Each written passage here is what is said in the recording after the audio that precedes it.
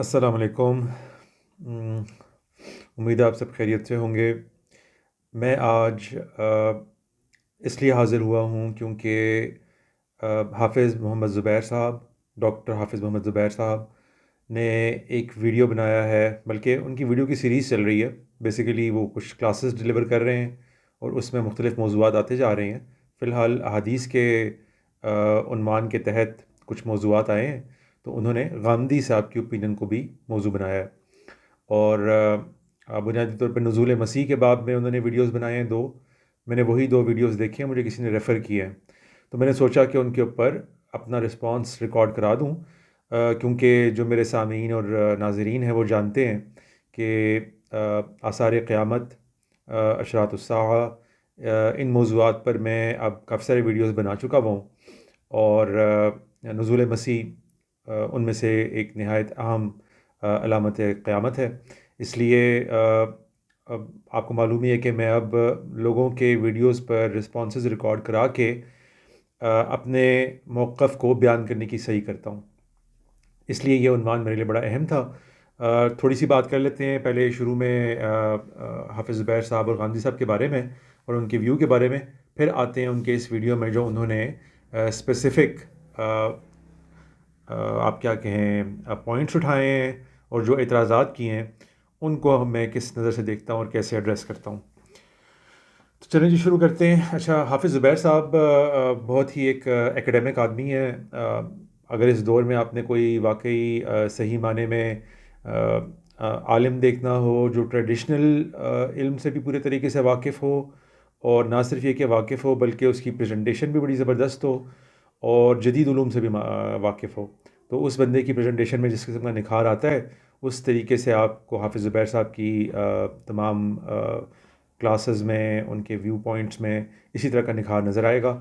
میرے بڑے فیورٹ ہیں وہ، چونکہ نہ صرف ایک ٹریڈیشنل ویو بلکہ خاص کر سے اہل حدیث ویو کو بڑے اچھے طریقے سے ایکسپلین کرتے ہیں، اور اس باب میں بھی انہوں نے یہی کیا ہے۔ میرا خیال ہے کہ ماضی میں کسی نے اس عنوان کو، نزول مسیح کے عنوان کو، اتنے مختلف زاویوں سے اور اچھے انداز میں کور نہیں کیا ہوگا، یا کیا ہوگا تو اپنے زمانے کے حساب سے کیا ہوگا۔ وہ میٹنگ دا مومنٹ والی بات ہوتی ہے نا، کہ اس دور میں بہت ساری باتیں اس موضوع پر کی گئی ہیں، میرے اپنے استاد جناب غامدی صاحب کی طرف سے بھی کی گئی ہیں۔ تو حافظ زبیر صاحب وہ بندے ہیں جو اس دور میں he has meet the moment, یعنی کہ جس قسم کی تحقیق مقابل میں پیش کی جانی چاہیے تھی، میرا خیال ہے کہ جس ایکیڈمک انداز سے انہوں نے پیش کی اور کسی نے نہیں کی، تو اس لیے بہت ہی قابل قدر ہے میرے لیے۔ اور ان کے تمام اعتراضات بھی نہایت علمی تھے۔ میں نے جو ویڈیوز دو دیکھے ہیں ان کا ریفرنس میں ڈال دوں گا، ویسے آپ نے تھمبنیل میں بھی دیکھ ہی لیا ہوگا کہ میں کس ویڈیو کی بات کر رہا ہوں، لیکن ان کا لنک آپ کو نیچے ڈسکرپشن میں مل جائے گا۔ انہی دونوں ویڈیوز پہ پھر میں بات چیت کروں گا۔ باقی ویڈیوز میں نے دیکھے نہیں ہیں، میں کچھ گمان کر سکتا ہوں کہ ان کی میں بھی انہوں نے کیا ارشاد فرمایا ہوگا اس چیز کے بارے میں، کیونکہ ٹریڈیشنل ویو پوائنٹ سے مجھے واقفیت ہے۔ تو حافظ زبیر صاحب کی بات کریں گے۔ اچھا، یعنی کہ ان کے ویو پوائنٹس کی بات کریں گے۔ غامدی صاحب پہ آ جائیں جی۔ غامدی صاحب کے سے میرا تعلق میں اس سے پہلے بعض دفعہ بیان کر چکا ہوا ہوں۔ میں ان کو اپنا استاذ، اپنا امام اور مینٹور سمجھتا ہوں۔ اگرچہ میں نے ان سے اس طرح تعلیم نہیں پائی جس طرح عام طور پہ استاد اور شاگرد کی تعلیم ہوتی ہے، کوئی زانو تلمذ میں نے طے نہیں کیا ان کے پاس۔ ہاں یہ ہے کہ میرا اپنا چونکہ ایک دینی بیک گراؤنڈ تھا، مدرسے کی تعلیم بھی تھی 3-4 سال کی، اور اس کے علاوہ میرا پورا ایک شغف ہے قرآن پاک کے ساتھ عرصہ دراز سے۔ میں کچھ تحقیقی آرٹیکل بھی لکھتا رہا ہوں ہمیشہ سے، تو وہیں سے میں غامدی صاحب پہلے یعنی کہ مختلف ہوا، مودودی صاحب کی طرف آیا، پھر ڈاکٹر اسرار صاحب کی طرف، پھر غامدی صاحب کی طرف، تو یہاں پر میں نے بھی اسٹے کیا ہوا ہے۔ تو ان کے اصول و مبادی کو میں درست سمجھتا ہوں بڑی حد تک، یعنی کہ چھوٹے موٹے اعتراضات ہیں میرے یہاں وہاں، لیکن باقی ان کے اصول و مبادی سے میں قائل ہوں، اس لیے اسی کے اوپر بنیاد رکھ کر میرے سارے ویو پوائنٹس ڈیولپ ہوئے ہیں۔ ہاں اطلاقات میں مجھے ان سے بہت سی جگہ پر اختلافات ہیں، وہ میں بیان کرتا رہتا ہوں۔ جو لوگ میرے علامات قیامت کی ویڈیوز دیکھ رہے ہیں وہ تو جانتے ہی ہوں گے کہ میرے ان سے اختلافات کس نوعیت کے اور کتنے زیادہ ہیں۔ لیکن لوگوں کے سامنے یہ بات رہنی چاہیے کہ یہ آفیشیل رسپانس نہیں ہے غامدی صاحب کی طرف سے، یعنی نہ میرا تعلق ہے المورد سے کوئی ان کی آرگنائزیشن سے، نہ ہی میں کوئی ان کے دفاع کے لیے یہاں پر آیا ہوں۔ میں اصل میں اپنے ویو پوائنٹ کے دفاع کے لیے آیا ہوں جو ان کے ویو پوائنٹ پہ بیسڈ ہے. ان کے ویو پوائنٹس کا بھی بڑا حصہ میرے آف کورس جوابات میں آ جائے گا، لیکن اس سے کسی کو یہ غلط فہمی نہیں ہونی چاہیے کہ میں غامدی صاحب کا ویو پوائنٹ ڈیفینڈ کرنے کے لیے یہاں پہ آیا ہوں، کیونکہ اس پہ تو بہرحال مجھے بھی اختلافات ہیں جو بھی آپ لوگوں کو سمجھ میں آ جائیں گے. تو اگر آپ چاہتے ہیں کہ باقاعدہ جس طرح غامدی صاحب کی طرف سے رسپانس آنا چاہیے ان ویڈیو کا، یا المورد کی جانب میں سے کسی شخص کا آنا چاہیے، تو یہ وہ رسپانس نہیں ہے. اس کے لیے اگر انہوں نے ہی مناسب سمجھا المورد والوں نے یا غامدی صاحب نے، تو وہی اس کو ایڈریس کریں گے. اچھا، اس کے بعد آگے چلتے ہیں جی. دیکھیں، شروع کرنے سے پہلے کہ حافظ زبیر صاحب کے ایگزیکٹلی کیا ویو پوائنٹ ہے، جو باتیں رہنی چاہیے آپ کی نظر میں وہ یہ ہیں کہ 3 مختلف مقامات کو حافظ زبیر صاحب نے اپنے استدلال میں پیش کیا ہے. آپ کے علم میں ہوگا کہ نزول مسیح کے باب میں 3 سے زیادہ مقامات ہیں دراصل، جن کو عام ہمارے ٹریڈیشنل علماء اپنے حق میں پیش کرتے ہیں، یا ایون وہ لوگ جو اپنے ویو پوائنٹس دینا چاہتے ہیں عیسیٰ علیہ السلام کی حیات و نزول کے بارے میں، وہ 3 سے زیادہ مقامات کو استعمال کرتے ہیں. خود حافظ زبیر صاحب نے بھی اپنے ویڈیو میں کچھ اور مقامات کا بھی ذکر کیا، لیکن اس کو اپنے استدلال کی بنیاد نہیں بنایا اور درست طریقے سے نہیں بنایا، کیونکہ ان کے نزدیک وہاں پر موہوم سا ایک آپ استدلال کر سکتے ہیں، کبھی استدلال نہیں کر سکتے. کبھی استدلال چونکہ انہی 3 مقامات سے کیا جا سکتا تھا، اس لیے انہوں نے 3 مقامات ہی استعمال کیے ہیں. لیکن یہ بات ایٹ دی آؤٹ سیٹ ان کے ویڈیو دیکھنے والوں کو بھی پتہ ہوگا، اور ویسے بھی سب لوگوں کو پتہ ہوگا کہ اس میں تو بہرحال کوئی شک نہیں ہے کہ قرآن پاک صراحت کے ساتھ کسی مقام پر حضرت عیسیٰ علیہ السلام کے نزول کو ایکسپلیسٹلی انیکویکلی بیان نہیں کرتا. یہ جتنے مقامات سے ہمارے ٹریڈیشنل علماء اخذ کرتے ہیں ان کے نزول کو، وہ سب کے سب امپلیکیشنز ہیں. ایک دو مقامات ہیں، ٹھیک ہے، ہم متفقہ والی بات ابھی کر لیں گے، اور باقی چیزیں کہ اس میں اس لفظ کو وہ جس طرح دیکھتے ہیں اس سے بھی وہ حیات ثابت کرتے ہیں. یا جس مقام پر وہ کہتے ہیں کہ لوگ ان کے مرنے سے پہلے ان پر ایمان لے آئیں گے، وہاں پہ بھی دراصل یہ ایک امپلیکیشن ہے. یعنی صریح نہیں ہے یہ کہ وہ نازل ہو رہے ہیں، نازل ہونے کا کہیں پہ تذکرہ نہیں ہو رہا کہ وہ دوبارہ آسمان سے نازل ہو رہے ہیں. یہ سارے تذکرے دراصل احادیث میں آتے ہیں. اس لیے یہ بات تو متفق علیہ ہے کہ کوئی مقام قرآن پاک میں ایسا نہیں ہے جس کو اس تائید میں پیش کیا جا سکے کہ دیکھیں اللہ تعالیٰ نے یہاں پر صریح الفاظ میں نزول کو بیان فرما دیا ہے. اور صریح الفاظ کیا ہوتے ہیں کہ اللہ تعالیٰ بیان فرما دیں کہ ہاں ٹھیک ہے وہ دوبارہ آئے گا، ہاں ٹھیک ہے وہ نازل ہوگا. ایسی کوئی بات کہیں پہ نہیں کی گئی. سب جگہ امپلیکیشنز ہیں، ٹھیک ہے، ان کے نزدیک جو ان کے دلائل ہیں بڑی اسٹرانگ امپلیکیشن ان کو نظر آتی ہیں، لیکن بہرحال ہیں وہ امپلیکیشنز. یہ بات واضح ہو جانے کے بعد آگے چلتے ہیں. لیکن دیکھیں، بہت سی مقامات میں مجھے حافظ زبیر صاحب سے اتفاق ہے. وہ اسپیشلی ایک جو بڑا موقع ہے، اور میں وقتاً فوقتاً غامدی صاحب کے حلقے سے بھی یہ بات شیئر کرتا رہتا ہوں، اور غامدی صاحب سے بھی غالباً میں نے شیئر کی ہے، کہ احادیث کے بارے میں نزول مسیح کے باب میں جو ان کی اوپینین بنی ہے، میں اس سے اتفاق نہیں رکھتا. ان کا ویو پوائنٹ یہ بن گیا کسی موقع پر کہ شاید یہ احادیث جو ہیں چونکہ موطا میں نہیں ہیں، پہلی شروع کی کتب حدیث میں نہیں ہے، اس لیے شاید یہ بعد میں کہیں آئی ہیں. یہ انیشلی نہیں تھی کہیں پہ، اور غالباً وہ یہ کہنا چاہتے ہیں، اگرچہ کلیئرلی کہتے نہیں ہیں کہ یہ گھڑ لی گئی ہیں احادیث. ایسا نہیں ہے. اگر یہ امپلیکیشن بھی ہے ان کی تو یہ امپلیکیشن درست نہیں ہے. اور میرے خیال سے حافظ زبیر صاحب نے بڑے اچھے دلائل اس ویڈیو کے اندر بھی دیے ہیں، جن سے ٹھیک ہے میں نے ان کو بہت کبھی دلائل تو نہیں سمجھتا، لیکن اچھے دلائل ہیں وہ. کہ دیکھیں ہمارے مفسرین کے ہاں باقاعدہ تفسیری روایات کتنی تفصیل سے موجود ہیں، جو بالکل شروع کے ادوار میں قلم بند ہو گئی ہیں. اور احادیث کے باب میں بھی یہی ہے کہ یہ جو بعد میں ہمیں تدوین حدیث کا سلسلہ سرا ملتا ہے 200-250 سال تک جا کے، اس سے پہلے بہت سے لکھے ہوئے مجموعے موجود تھے، ان کی سندیں موجود ہیں.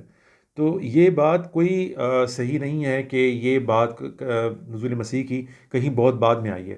نہیں، یہ شروع سے موجود تھی، اس کا چرچہ ہر طرف تھا. کسی خاص کتاب میں کسی خاص مؤلف حدیث کا اس کو نہ لینا یہ کوئی کبھی دلیل نہیں ہے. اور مجھے نہیں معلوم کہ غامدی صاحب جیسے مستحکم بنیادوں پر استوار کرنے والے اپنے استدلالات کو انہوں نے کیوں یہ ایک اوپینین دی ہے. بہرحال یہ وہی بہتر جانتے ہیں. ہمیں کم از کم آڈینس کی حد تک ہمیں اس میں کوئی بہت وزن نظر نہیں آتا. یہ تو ایک بات ہوگی غامدی صاحب کے حدیث کے متعلق. دوسرا، ایون نزول مسیح کے باب میں میرا یہ احساس ہے کہ غامدی صاحب کی اوپینین شاید پہلے بنی ہوگی جب انہوں نے ڈیٹیل سے ان احادیث کو انٹرپریٹ کرنے کی کوشش نہیں کی ہوگی. دیکھیں ہر انسان کہیں نہ کہیں سے اپنے جرنی کا آغاز کرتا ہے.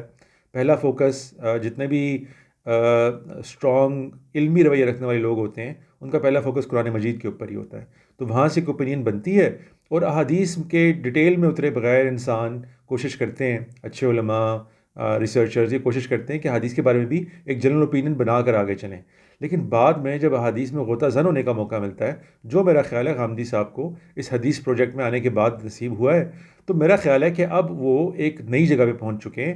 مجھے نہیں پتا وہ اس کا اقرار کر چکے ہیں یا کریں گے کبھی کہ نہیں کریں گے، کہ شاید ماضی میں ان کی اوپینین اس وجہ سے کہ چونکہ بہت زیادہ ڈیٹیل ان کو نہیں پتہ تھی روایت کے بارے میں، اس لیے ایسی بن گئی ہوگی. اب تو وہ رؤیا کے باب میں ان ساری روایات کو حل کر سکتے ہیں. ان کے بارے میں یہ بات کرنا کہ یہ کوئی بعد میں فتنہ کھڑا ہو گیا، کہیں اور سے روایات آ گئیں یا گھڑ لی گئیں یا پہلی کتابوں میں کیوں نہیں تھیں، اب اس کی کوئی حیثیت رہنی نہیں چاہیے. جب وہ ساری روایات رؤیا کے باب میں حل ہو جاتی ہیں تو پھر اس لیے اس پر بات کرنے کی کیا تک رہ جاتی ہے اب. اور میں نے تو جو حضرات میرے ویڈیو سے واقف ہیں وہ تو جانتے ہوں گے کہ میں نے صرف یہی نہیں کہ ان سے احادیث کے باب میں اختلاف کیا ہے، بلکہ وہ جو ان کی بنیادی احادیث تھیں اختلاف میں، کہ مثال کے طور پہ فتح قسطنطنیہ والی جس کی بنیاد تو وہ کہہ رہے تھے کہ دیکھیں ان میں سے کوئی کام بھی نہیں ہوا، میں نے تو وہ تمام احادیث نزول مسیح کے ساتھ متعلق کر کے بتا دی ہیں کہ یہ بھی پورے طریقے سے متعلق ہوتی ہیں، بلکہ یہ دلیل ہے اس کے حق میں. خلاف دلیل ہونا تو بہت دور کی بات، اس کے حق میں دلیل ہے. اس لیے میں تو اس باب میں حافظ زبیر صاحب سے بالکل اگری کرتا ہوں کہ یہ ان کی طرف سے کمزور دلائل آئے تھے، اور ان دلائل کی اب میرا خیال ہے ان کو بھی اس طرح شاید اہمیت نہ رکھتے ہیں ان کے ہاں ان کے ڈسکورس میں بھی، کیونکہ اب تو وہ ان احادیث کو حل کرنے کی طرف آ گئے ہیں جو جن کو وہ درست مان کر آگے چل رہے ہیں.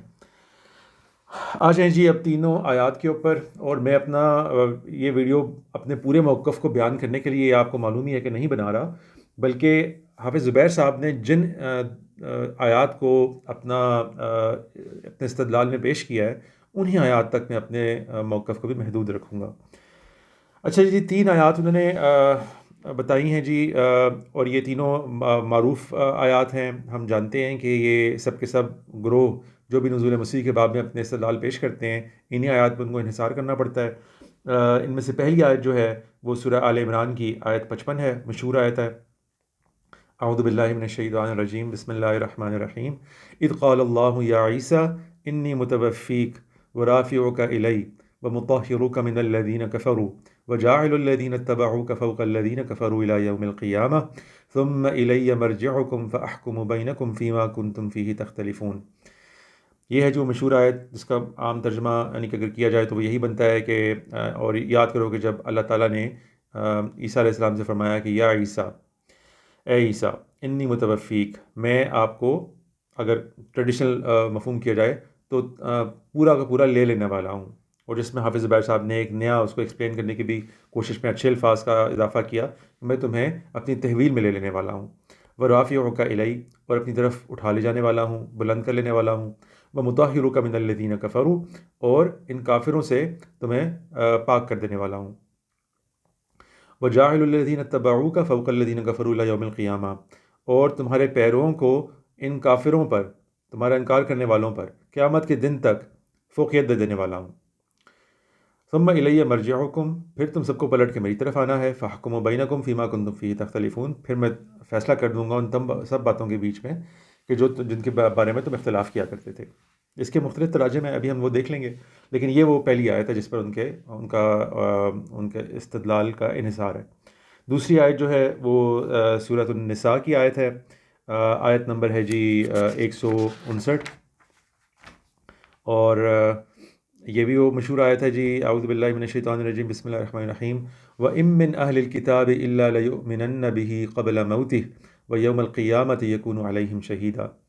اور اس کا ترجمہ آف کورس جس طریقے سے کیا جائے گا، میں ٹریڈیشنل ویو پوائنٹ سے کرتا ہوں پہلے، کہ اور ان اہل کتاب میں سے کوئی بھی نہیں ہوگا مگر ایمان لے آئے گا ان کی موت سے پہلے، ان پر اس کی موت سے پہلے. یعنی کہ واحد کسی ہے، لیکن اردو زبان کا بس یہ مسئلہ ہے کہ اس میں رسپیکٹ کے لحاظ سے آپ کو مختلف ترجمے کرنے پڑ جاتے ہیں. جو مسائل آپ کو عربی میں انگریزی وغیرہ میں پیش نہیں آتے، لیکن بہرحال کہ مگر یہ کہ ایمان لے آئے گا اس پہ اس کی موت سے پہلے۔ وہ یوم القیامت یکون علیہم شہیدا، اور پھر قیامت کے دن ان کے اوپر گواہی دے گا۔ یہ میں نے پر یا اوپر کا لفظ استعمال کیا ہے، اس پر ہم بعد میں بات کر لیں گے، لیکن یہ وہ دوسری آیت ہے جس پر ان کے استدلال کرنے سے آ رہا ہے۔ اور تیسری آیت جو ہے وہ سورۃ الزخرف کی آیت 61 ہے، اس کو یہاں دکھانے کی ضرورت نہیں، چھوٹی سی آیت ہے۔ وَإِنَّهُ لَعِلْمٌ لِّلسَّاعَةِ فَلَا تَمْتَرُنَّ بِهَا وَاتَّبِعُونِ هَٰذَا صِرَاطٌ مُّسْتَقِيمٌ، جہاں پہ بنیادی طور پہ آیت کے پہلا ٹکڑا ہی متعلق ہے، اور وہ یہ ہے کہ اور عیسیٰ علیہ السلام قیامت کی ایک نشانی ہے یا قیامت کا علم ہے۔ وَإِنَّهُ لَعِلْمٌ لِّلسَّاعَةِ فَلَا تَمْتَرُنَّ بِهَا، پس اس کے باب میں تم شک میں نہ پڑو، وَاتَّبِعُونِ، اور میری اتباع کرو، هَٰذَا صِرَاطٌ مُّسْتَقِيمٌ، یہ ہے سیدھا راستہ۔ اس کو بھی انہوں نے بنیاد بنایا ہے۔ اچھا، پہلی آیت کو وہ کہتے ہیں کہ جی یہ آیت دراصل حافظ زبیر صاحب کی بات کر رہا ہوں، وہ فرماتے ہیں کہ پہلی آیت حیات کے باب میں صریح ہے، ان کی حیات کا تذکرہ کرتی ہے، اور اس معاملے میں قطعی ہے۔ اور دوسری آیت جو ہے یعنی سورۃ النساء کی وَإِن مِّنْ أَهْلِ الْكِتَابِ والی، وہ کہتے ہیں یہ آیت نزول کے بارے میں صریح ہے، یہ اس سے دراصل نزول ثابت ہو رہا ہے۔ اور تیسری جو ہے وہ پھر یہ کہ ان کے نزول کے بارے میں ہی مزید اس بات کو موقت کر رہی ہے، وہ بھی نزول کو قطعی کر دیتی ہے، کیونکہ انہیں قیامت کا علم قرار دیا جا رہا ہے، ساعت کا علم قرار دیا جا رہا ہے۔ ایک ایک کر کے ان آیات پر آتے ہیں جی، اپنی مختصر سی میں بات رکھوں گا، کوشش کروں گا کہ بہت لمبا ویڈیو نہ ہو، لیکن دیکھتے ہیں، بات کرتے پتہ نہیں چلتا۔ اچھا جی، آیت جو ہے وہ تو میں نے پڑھ کے آپ کو بتا دی، ٹھیک ہے، اس کو اپنے سامنے کھول بھی لیتے ہیں۔ اس آیت کو ڈسکس حافظ صاحب نے بڑے زبردست اور تفصیل سے کیا ہے، مختلف زاویوں سے کیا ہے، اس کی تمام جتنی بھی گرامر کی صورتیں بن سکتی ہیں کہ اس کو حقیقت و مجاز میں ڈسکس کیا جائے، پھر مجاز کے اندر حقیقت کے اندر تمام قسمیں بیان کر دی جائیں، ان کا بڑا زبردست ویڈیو ہے، وہ آپ دیکھ سکتے ہیں۔ تو ان تفاصیل کی اس لیے مجھے ضرورت نہیں ہے کہ آخری ان کی دلیل جس پر ان کا مقدمہ اصل میں قائم ہے، کیونکہ وہ آہستہ آہستہ وہ ساری باتیں تسلیم کر جاتے ہیں کہ جو غامدی صاحب کے موقف کے نہایت قریب پہنچا دیتی ہیں ان کو، یعنی کہ وہ ساری بحث کرنے کے بعد کہ اصل معنی کیا ہوتا ہے اور پھر مجازن وہ کیسے استعمال ہوتا ہے، وہ آ گئے ہیں حقیقت عرفی کے اوپر، یعنی کہ ٹھیک ہے یہ ساری باتیں ہو گئی، لیکن ایک دوسرے زاویے سے اس کو اگر دیکھا جائے تو حقیقت عرفی کسی لفظ کے استعمال میں عرف اتنا غلبہ پا جاتا ہے کہ وہ بھی اس کی ایک حقیقت بن جاتی ہے، اور یہ دو اور حقیقتوں کے ساتھ ہوتی ہے، یعنی کہ ایک شرعی حقیقت ہوتی ہے اور ایک لغوی حقیقت ہوتی ہے، اس کے ساتھ ایک عرفی حقیقت ہی بن جاتی ہے۔ یعنی شرعی حقیقت تو یہ ہو گئی کہ جس طرح اللہ تعالیٰ نے کسی خاص لفظ کو کسی خاص مفہوم میں استعمال کر کے اس کو ایک اصطلاح بنا دیا، جیسے نماز ہے، الصلاۃ ہے، صوم ہے، زکوٰۃ ہے، تو اب ان کو اصطلاح بنا دیا گیا ہے۔ یہ اب اپنے جس مفہوم کے لیے ان کو لغت میں ڈیولپ کیا گیا تھا، اب اس مفہوم سے کسی اور مفہوم کی طرف جا چکے ہیں جو ایک اصطلاحی مفہوم ہے، جس کو ہم فقہ سے اور شریعت سے سمجھ سکتے ہیں۔ دوسرا مفہوم لغوی ہے، اس کو اہل لغت استعمال کرتے ہیں، وہ عام طور پہ وہی مفہوم ہوتا ہے جس کے لیے اس لفظ کو وضع کیا گیا ہوتا ہے۔ یہ میں آپ کو ان کا موقف بتا رہا ہوں ابھی حافظ زبیر صاحب کا، یعنی کہ وہ لفظ کسی خاص مقصد کے لیے بنا تھا۔ اگر اسی یعنی کہ صلاۃ کے لفظ کو آپ دیکھ لیں تو مثال کے طور پہ دعا کے لیے بنا ہوا ہے، تو اہل لغت اس کو استعمال کریں گے تو اسی انداز میں استعمال کر لیں گے، لیکن شریعت میں اس کا مطلب مختلف ہوگا۔ اسی سے وہ کہتے ہیں کہ پھر ایک عرفی مطلب بن جاتا ہے، عرف میں اس کا استعمال اتنا غالب آ جاتا ہے کہ وہ اپنے لغت یا شریعت کے معنی کے بجائے ایک تیسرے مفہوم میں بڑی کثرت سے استعمال ہونا شروع ہو جاتا ہے، جس کی مثال انہوں نے مثال کے طور پہ وہاں پہ دابہ سے دی کہ وہ تو ویسے تمام جانداروں کے لیے استعمال ہو جاتا ہے، اینیمل کنگڈم کے لیے استعمال ہو جاتا ہے، اس میں رینگنے والے جانور بھی شامل ہیں، دو پیروں والے بھی، چار پیروں والے بھی، سب شامل ہیں، لیکن وہ چوپایوں کے لیے خاص ہو گیا عرف میں آ کے۔ تو یہ سب مثالیں انہوں نے دیں، اور انہوں نے اپنی استدلال کی بنیاد یہاں پہ رکھی کہ جب ان تین میں سے یعنی شرعی معنی، لغوی معنی اور عرفی معنی، یعنی حقیقت کہہ لیں، حقیقت شرعی، حقیقت لغوی، حقیقت عرفی، ان میں سے کون سا معنی لینا ہے کسی قرآن پاک کی آیت کے اندر، اس کا اپنے فیصلہ کرنا ہو، تو وہ کہتے ہیں کہ اگر تو قرینہ نہ ہو، یعنی قرینہ کی بات تو بعد میں کرتے ہیں. وہ کہتے ہیں اگر قرینہ نہ ہو تو یہ طے ہے کہ پہلے شرعی حقیقت لی جائے گی، پھر لغوی حقیقت کی طرف جایا جا سکتا ہے کسی معمولی سی قرینے کی صورت میں، یا کسی خاص صورت کے اندر اس پر چلے بات کر لیتے ہیں. اور پھر تیسری جگہ، تیسرے اہمیت آتی ہے کہ اس کی عرفی حقیقت کی طرف بھی جایا جا سکتا ہے. وہ کہتے ہیں کہ چونکہ یہاں پہ قرینہ نہیں ہے، متوفی کا اچانک استعمال ہو گیا یہاں پہ ان کے نزدیک. وہ کہہ رہے ہیں کہ چلے ہم غازی صاحب کی بات لیتے ہیں ان کو سپورٹ کرنے کے لیے، ذرا ایزی رکھنے کے لیے اپنے استدلال کو. تو وہ کہتے ہیں کہ یہاں پہ قرینہ نہیں ہے، اس لیے شرعی حقیقت یا جو لغوی حقیقت ہے اس کو فوقیت ہوگی، اور یہاں پر اگر ان دونوں میں سے بھی لیا جائے تو شرعی حقیقت کو فوقیت ہوگی، نہ کہ عرفی حقیقت کو. اور پھر وہ مزید آگے جا کے کہتے ہیں لیکن اصل میں یہاں پر قرینہ بھی ہے، اور قرینہ چونکہ بشارت و نصرت کا ہے، حیات و عروج کا ہے، تو ایسے قرینے کے اندر آپ کو شرعی یا لغوی حقیقت کی طرف ہی جانا پڑے گا، آپ عرفی حقیقت کی طرف نہیں جا سکتے. ان کے استدلال کو میں نے چاہا کہ آپ لوگوں کو پہلے بتا دوں. یعنی کہ جو لفظ متوفی کا ہے کہ میں تمہیں وفات دینے والا ہوں، تو اس میں وفات سے کیا مراد ہے اس کو ہم جانتے ہی ہیں. میں بہت بنیادی بحث تو بھی نہیں کرنا چاہتا، لیکن جو لوگ اس ساری بحث سے واقف ہیں وہ جانتے ہیں کہ اس لفظ کو قرآن پاک میں چونکہ ایک دو مقامات پہ باقاعدہ نیند کے لیے بھی استعمال کر لیا گیا ہے، اس لیے اس کے ہمارے پھر علماء نے درجات کر دی ہیں. یعنی پورا کا پورا لے لینا، کیونکہ اس لفظ کا مطلب تو اخذ بالتمام ہوتا ہے نا، کہ پورا کا پورا آپ نے کسی چیز کو لے لیا، وصول کر لیا. تو یہ لفظ وہ کہتے ہیں کہ اپنے درجات میں استعمال ہو جاتا ہے، کہ پورا کا پورا لے لینا، صرف انسان کی روح لے جانا، اور یا پھر اس کا صرف شعور لے جانا. تو یہ تینوں صورتیں پیش آ جاتی ہیں. پورا کا پورا لے لینا بھی اس کا مفہوم ہے، یعنی کہ پورا آپ نے لے لیا، جتنا بھی آپ لے سکتے تھے، جسم سمیت، روح سمیت، شعور سمیت. اور یا پھر آپ نے اس کو روح، جس طرح موت کے وقت ہوتا ہے آپ نے روح قبض کر لی تو آپ روح لے گئے، روح کے اندر شعور بھی شامل ہوتا ہے لیکن بدن شامل نہیں ہوتا. اور تیسرا درجہ پھر اس کا ہے کہ آپ شعور لے گئے. تو وہ کہتے ہیں چونکہ یہ لفظ اپنے درجات میں آ گیا ہے، اس لیے یہاں پر اب ہمیں اس ترتیب سے چلنا پڑے گا کہ یہاں پر پہلے شرعی حقیقت مراد ہو سکتی ہے، اور شرعی حقیقت تو یہی ہے کہ جناب یہاں پر نیند مراد دی جائے، کیونکہ یہاں پر بات جو ہے وہ بشارت و نصرت کی چل رہی ہے، اور اس لیے یہاں پر یہ مفہوم لینا چاہیے. یہ ان کا موقف ہے. چلیں اس موقف پہ میں تھوڑی بہت بات چیت کر لیتا ہوں. پہلی بات یہ کہ اس ترتیب کا ایک تو ثبوت چاہیے.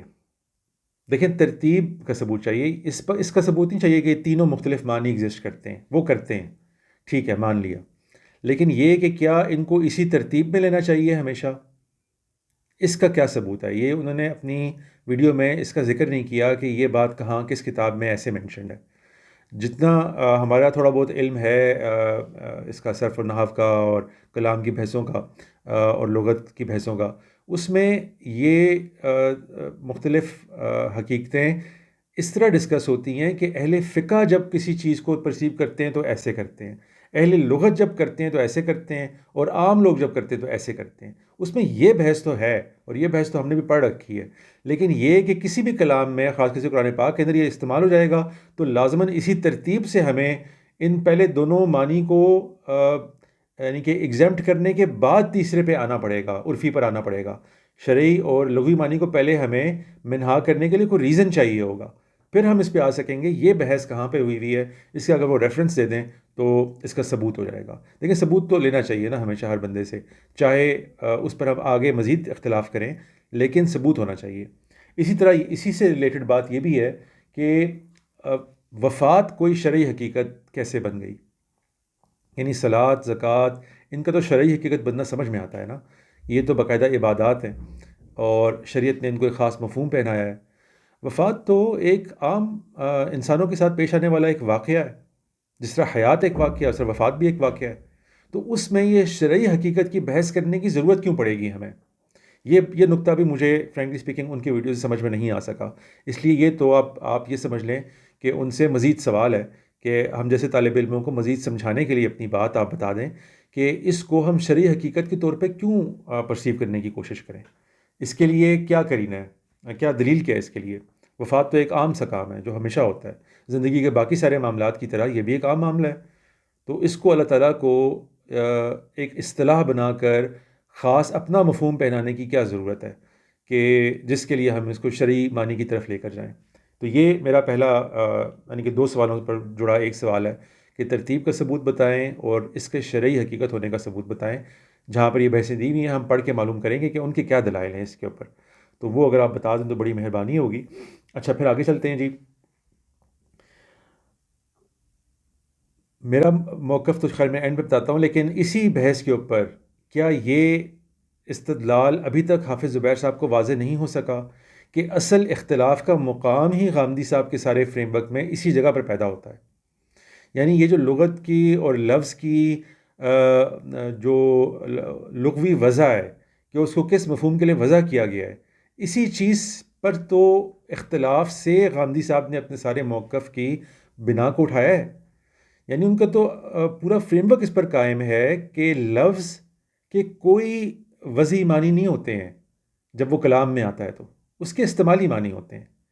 2 ہی چیزیں ہیں، ایک یہ کہ اہل زبان اس کو کس کس مفہوم میں استعمال کرتے ہیں، اور دوسرا یہ ہے کہ جملہ بتائے گا کہ وہ ابھی اپنے کس مفہوم کے اندر ہے. اس میں کوئی نہ ترتیب ہوگی پہلے کی جو آپ نے فارمولہ کے انداز میں بنائی ہوئی ہوگی کہ پہلے تو ہم یہ ہوگی ورنہ ہم کسی اور کی طرف جائیں گے. اس طرح کی کوئی چیز اس انداز میں جو ترتیب آپ نے بنائی ہوئی ہمیں کرنے کی ضرورت نہیں ہے. اس کے اپنے زبان کے اصول ہیں، وہ جس طرح ہر زبان میں ہوتے ہیں، عربی زبان میں بھی ہیں. وہ زبان کے اصول کار فرما ہیں کہ کوئی لفظ اگر اپنے کس مفہوم میں عام استعمال ہوتا ہے تو اسی مفہوم میں ذہن اسی کی طرف متبادر ہوتا ہے جب وہ لفظ بولا جائے تو بس وہ اس کا مفہوم ہے. اس سے پھیرنے کے لیے آپ کو قرینے چاہیے ہوتے ہیں. ٹھیک ہے، تو یہ بحث تو سمجھ میں آتی ہے، اور یہی وہ بحث ہے جو غامدی صاحب ہر جگہ پہ کرتے ہیں. یعنی ہوا ہی اصل میں یہ ہے کہ قرینے متعین کرنے کے لیے جو فارمولے بنائے نا ہمارے فقہا نے، اور انہی کو حافظ زبیر صاحب بھی کوٹ کر رہے ہیں اور استعمال کر رہے ہیں، اور ہمارے علماء بھی یہی کرتے ہیں. دراصل ان فارمولوں سے ہی ہمیں اعتراض ہے.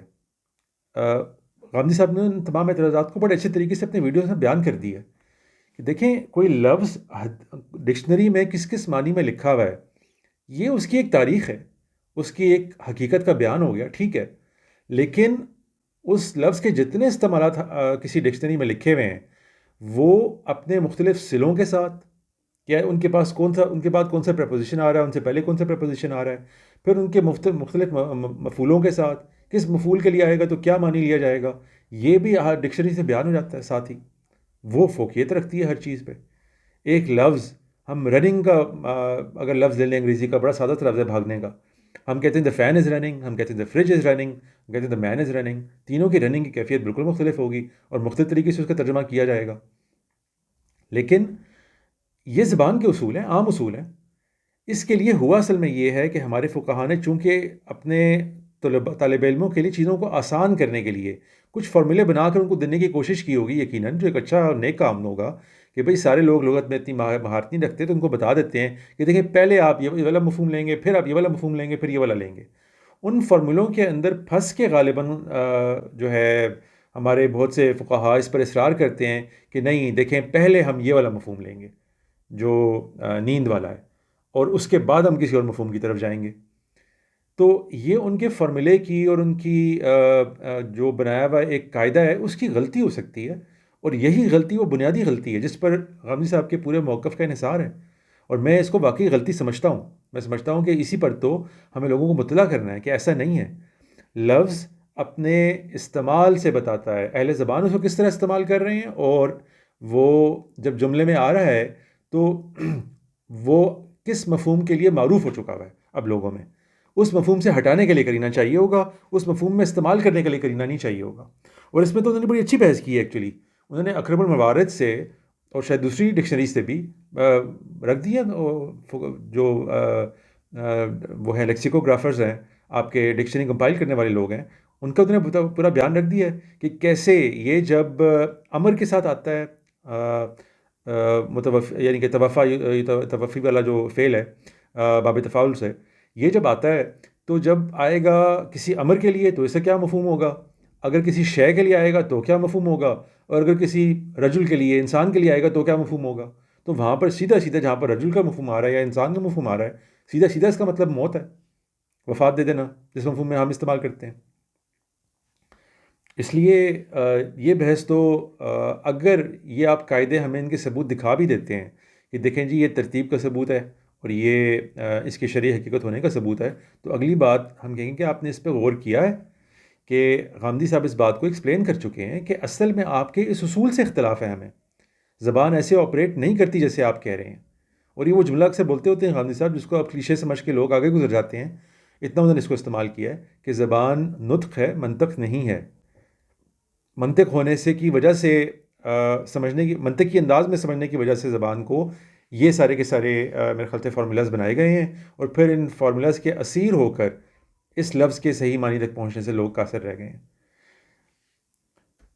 یہ ہو گئی بات جی۔ اچھا اس میں اچھا اس کو پہلے مثال سے بھی سمجھ لیتے ہیں نا۔ اس کی مثالیں غازی صاحب نے ویسے بیان کر دی اپنے ویڈیوز میں، میرے خیال سے حافظ زبیر صاحب نے بھی ان کا تذکرہ کیا ہے۔ دیکھیں انتقال کا لفظ ہے اردو میں، انگلش میں پاس اوے کا یا پاسنگ اوے کا، بلکہ پاس کا بھی لفظ ہے، پاسنگ اوے کا بھی ہے، پاس آن کا بھی ہے، مختلف الفاظ ہیں۔ یہ الفاظ حقیقتاً اس معنی کے مفہوم، اس موت کے مفہوم کے لیے وضع ہی نہیں کیے گئے تھے۔ انتقال آپ کو پتہ ہی ہے ایک جگہ سے دوسری جگہ منتقل کرنے کے لیے وضع کیا گیا تھا، لیکن یہ اپنے غالب استعمال میں اب اس قدر صریح ہو چکے ہیں موت کے لیے کہ ان کو اس مفہوم سے پھیرنے کے لیے آپ کو کرینہ چاہیے، اس مفہوم میں استعمال کرنے کے لیے کرینہ نہیں چاہیے۔ آپ اردو کی سمپل اسٹیٹمنٹ سے سمجھیں نا کہ میرے والد صاحب انتقال کر گئے، اب کیا اس سے آگے پیچھے کوئی اسٹیٹمنٹ بھی نہ ہو، ہمیں نہیں پتا وہ بیمار تھے، ہمیں نہیں پتا وہ ہاسپٹل میں ایڈمٹ تھے، ہمیں نہیں پتا وہ کہ کسی جنگ میں گئے ہوئے تھے، کیا معاملہ تھا ان کا، کوئی کرینہ نہ ہو ہمارے پاس، ایک شخص یہ جملہ بولتا جاتا ہے تو آپ انتقال کے لفظ سے وہی سمجھتے ہیں جو ہم وفات کے لفظ کے لیے کہہ رہے ہیں۔ وفات پہ آ گئے ہیں، ان کو موت آ گئی ہے۔ یہی ایگزیکٹلی معاملہ عربی کے اندر ہے، اور انگلش میں بھی ایسے ہی ہے۔ اب دیکھیں پاس اوے، پاس اوے دو مختلف الفاظ ہیں، ان کو ملانے سے جو مفہوم بنتا ہے وہ آپ کو پتہ ہی ہے، وہ یہ تو نہیں ہے کہ بندہ مر گیا، لیکن جب یہ اس مفہوم میں اتنا عام ہو گئے ہیں کہ پاس اوے سے اب مراد یہی لی جاتی ہے کہ وہ وفات پا گئے ہیں، تو اب کسی سینٹنس میں یہ لانے کے لیے آپ کو کوئی کرینہ نہیں چاہیے۔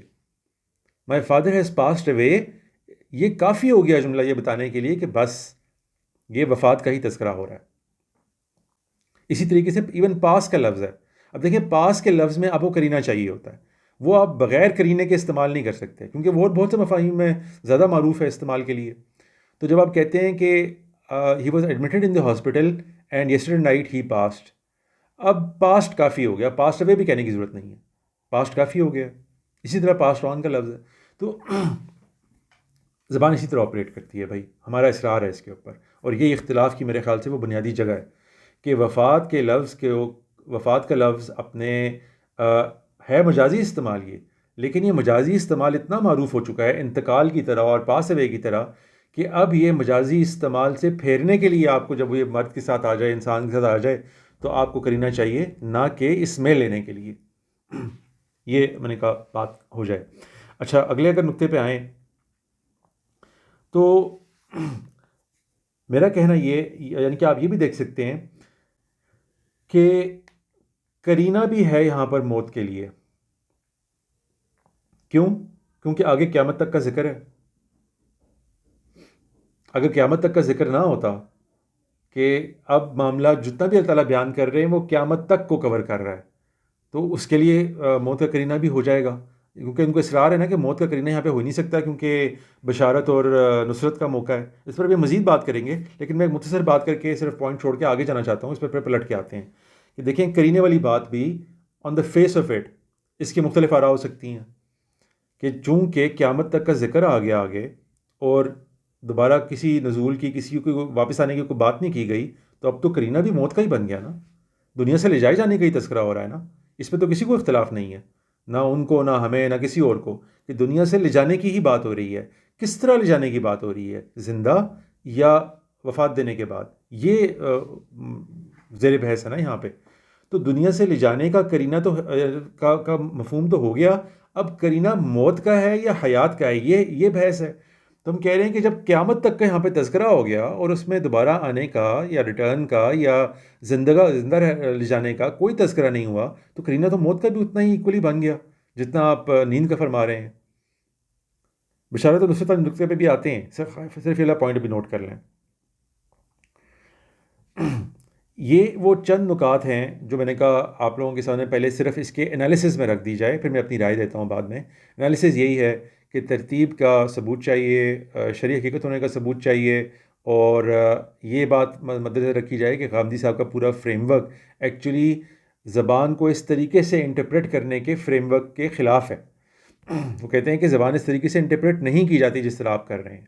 یہ تو بنیادی ہمارا نقطہ ہے نا، اور یہی نقطے، اسی نقطے کو ہم درست سمجھتے ہیں، جس کی میں نے آپ کو مثالیں بھی دے دی ہیں کہ ایک لفظ اپنی لغوی وضع کے اندر کسی اور مفہوم کے لیے وضع کیا گیا تھا، لیکن اس کا مجازی استعمال اتنا عام ہو گیا ہے اب کہ اب اس کو اس سے پھیرنے کے لیے، خاص اگر مفعول اویلیبل ہوں اس کے اندر، تو پھیرنے کے لیے آپ کو کرینہ چاہیے ہوتا ہے، اس میں لینے کے لیے کرینہ نہیں چاہیے ہوتا۔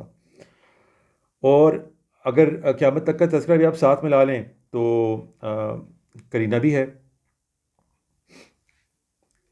یہ باتیں اس یہاں پر ہو گئیں۔ اب میں آتا ہوں اپنی رائے کی طرف کہ دیکھیں، آپ کو ساتھ ساتھ اپنی رائے بھی بتاتا جاؤں تاکہ چیزیں مزید واضح ہوں کہ ایسا کیوں ہے۔ دیکھیں، متوفیقہ کا معنی موت ہی ہے، اس میں کوئی اس چیز کی گنجائش نہیں ہے اس لفظ کے اندر کہ بغیر کسی کرینے کے، جیسا کرینہ ان مقامات پر ہے جہاں پر یہ نیند کے معنی میں استعمال ہوا ہے، اس کو نیند کے معنی میں لے لیا جائے۔ جیسے جہاں پر ہے اللہ یتوفی الانفس حین موتہا واللتی لم تمت فی منامہا، اب وہاں پر منام کا ذکر آ گیا نا، اس لیے ہم نے یہ بات کر دی کہ ہاں ٹھیک ہے، نیند بھی چونکہ موت کی بہن ہوتی ہے تو اس کو بھی اس میں مراد لے لیا گیا۔ ورنہ تو بڑی اچھی مثال دی غامدی صاحب نے کہ ایون موت کے لفظ کو بھی آپ مجازاً استعمال کر لیتے ہیں۔ تو اس لیے وفات کے لفظ کو اپنے اصل جو معروف مفہوم ہے اسی میں رہنا چاہیے، وہ وفات کا ہے، اس سے پھیرنے کے لیے آپ کو کوئی چیز چاہیے جو یہاں پر نہیں ہے۔ صرف ابھی لفظ کی بات کروں، بشارت و نصرت کے اوپر آتے ہیں۔ اچھا، اس سے پہلے کہ بشارت و نصرت کی طرف آئیں، یہ نقطہ بھی ذہن نشین کر لیں ذرا کہ مجھے ہمیشہ اس آیت کے اوپر حیرت ہوتی ہے جب لوگ اس پر سارے اپنا مقدمہ کھڑا کر کے نزول مسیح پر بحث کرنا چاہتے ہیں۔ دیکھیں، بالفرض ہم مان لیتے ہیں کہ ان کو وفات نہیں دی گئی، یا آپ مان لیں کہ وفات دے دی گئی، تو کیا وہ دوبارہ نہیں آ سکتے؟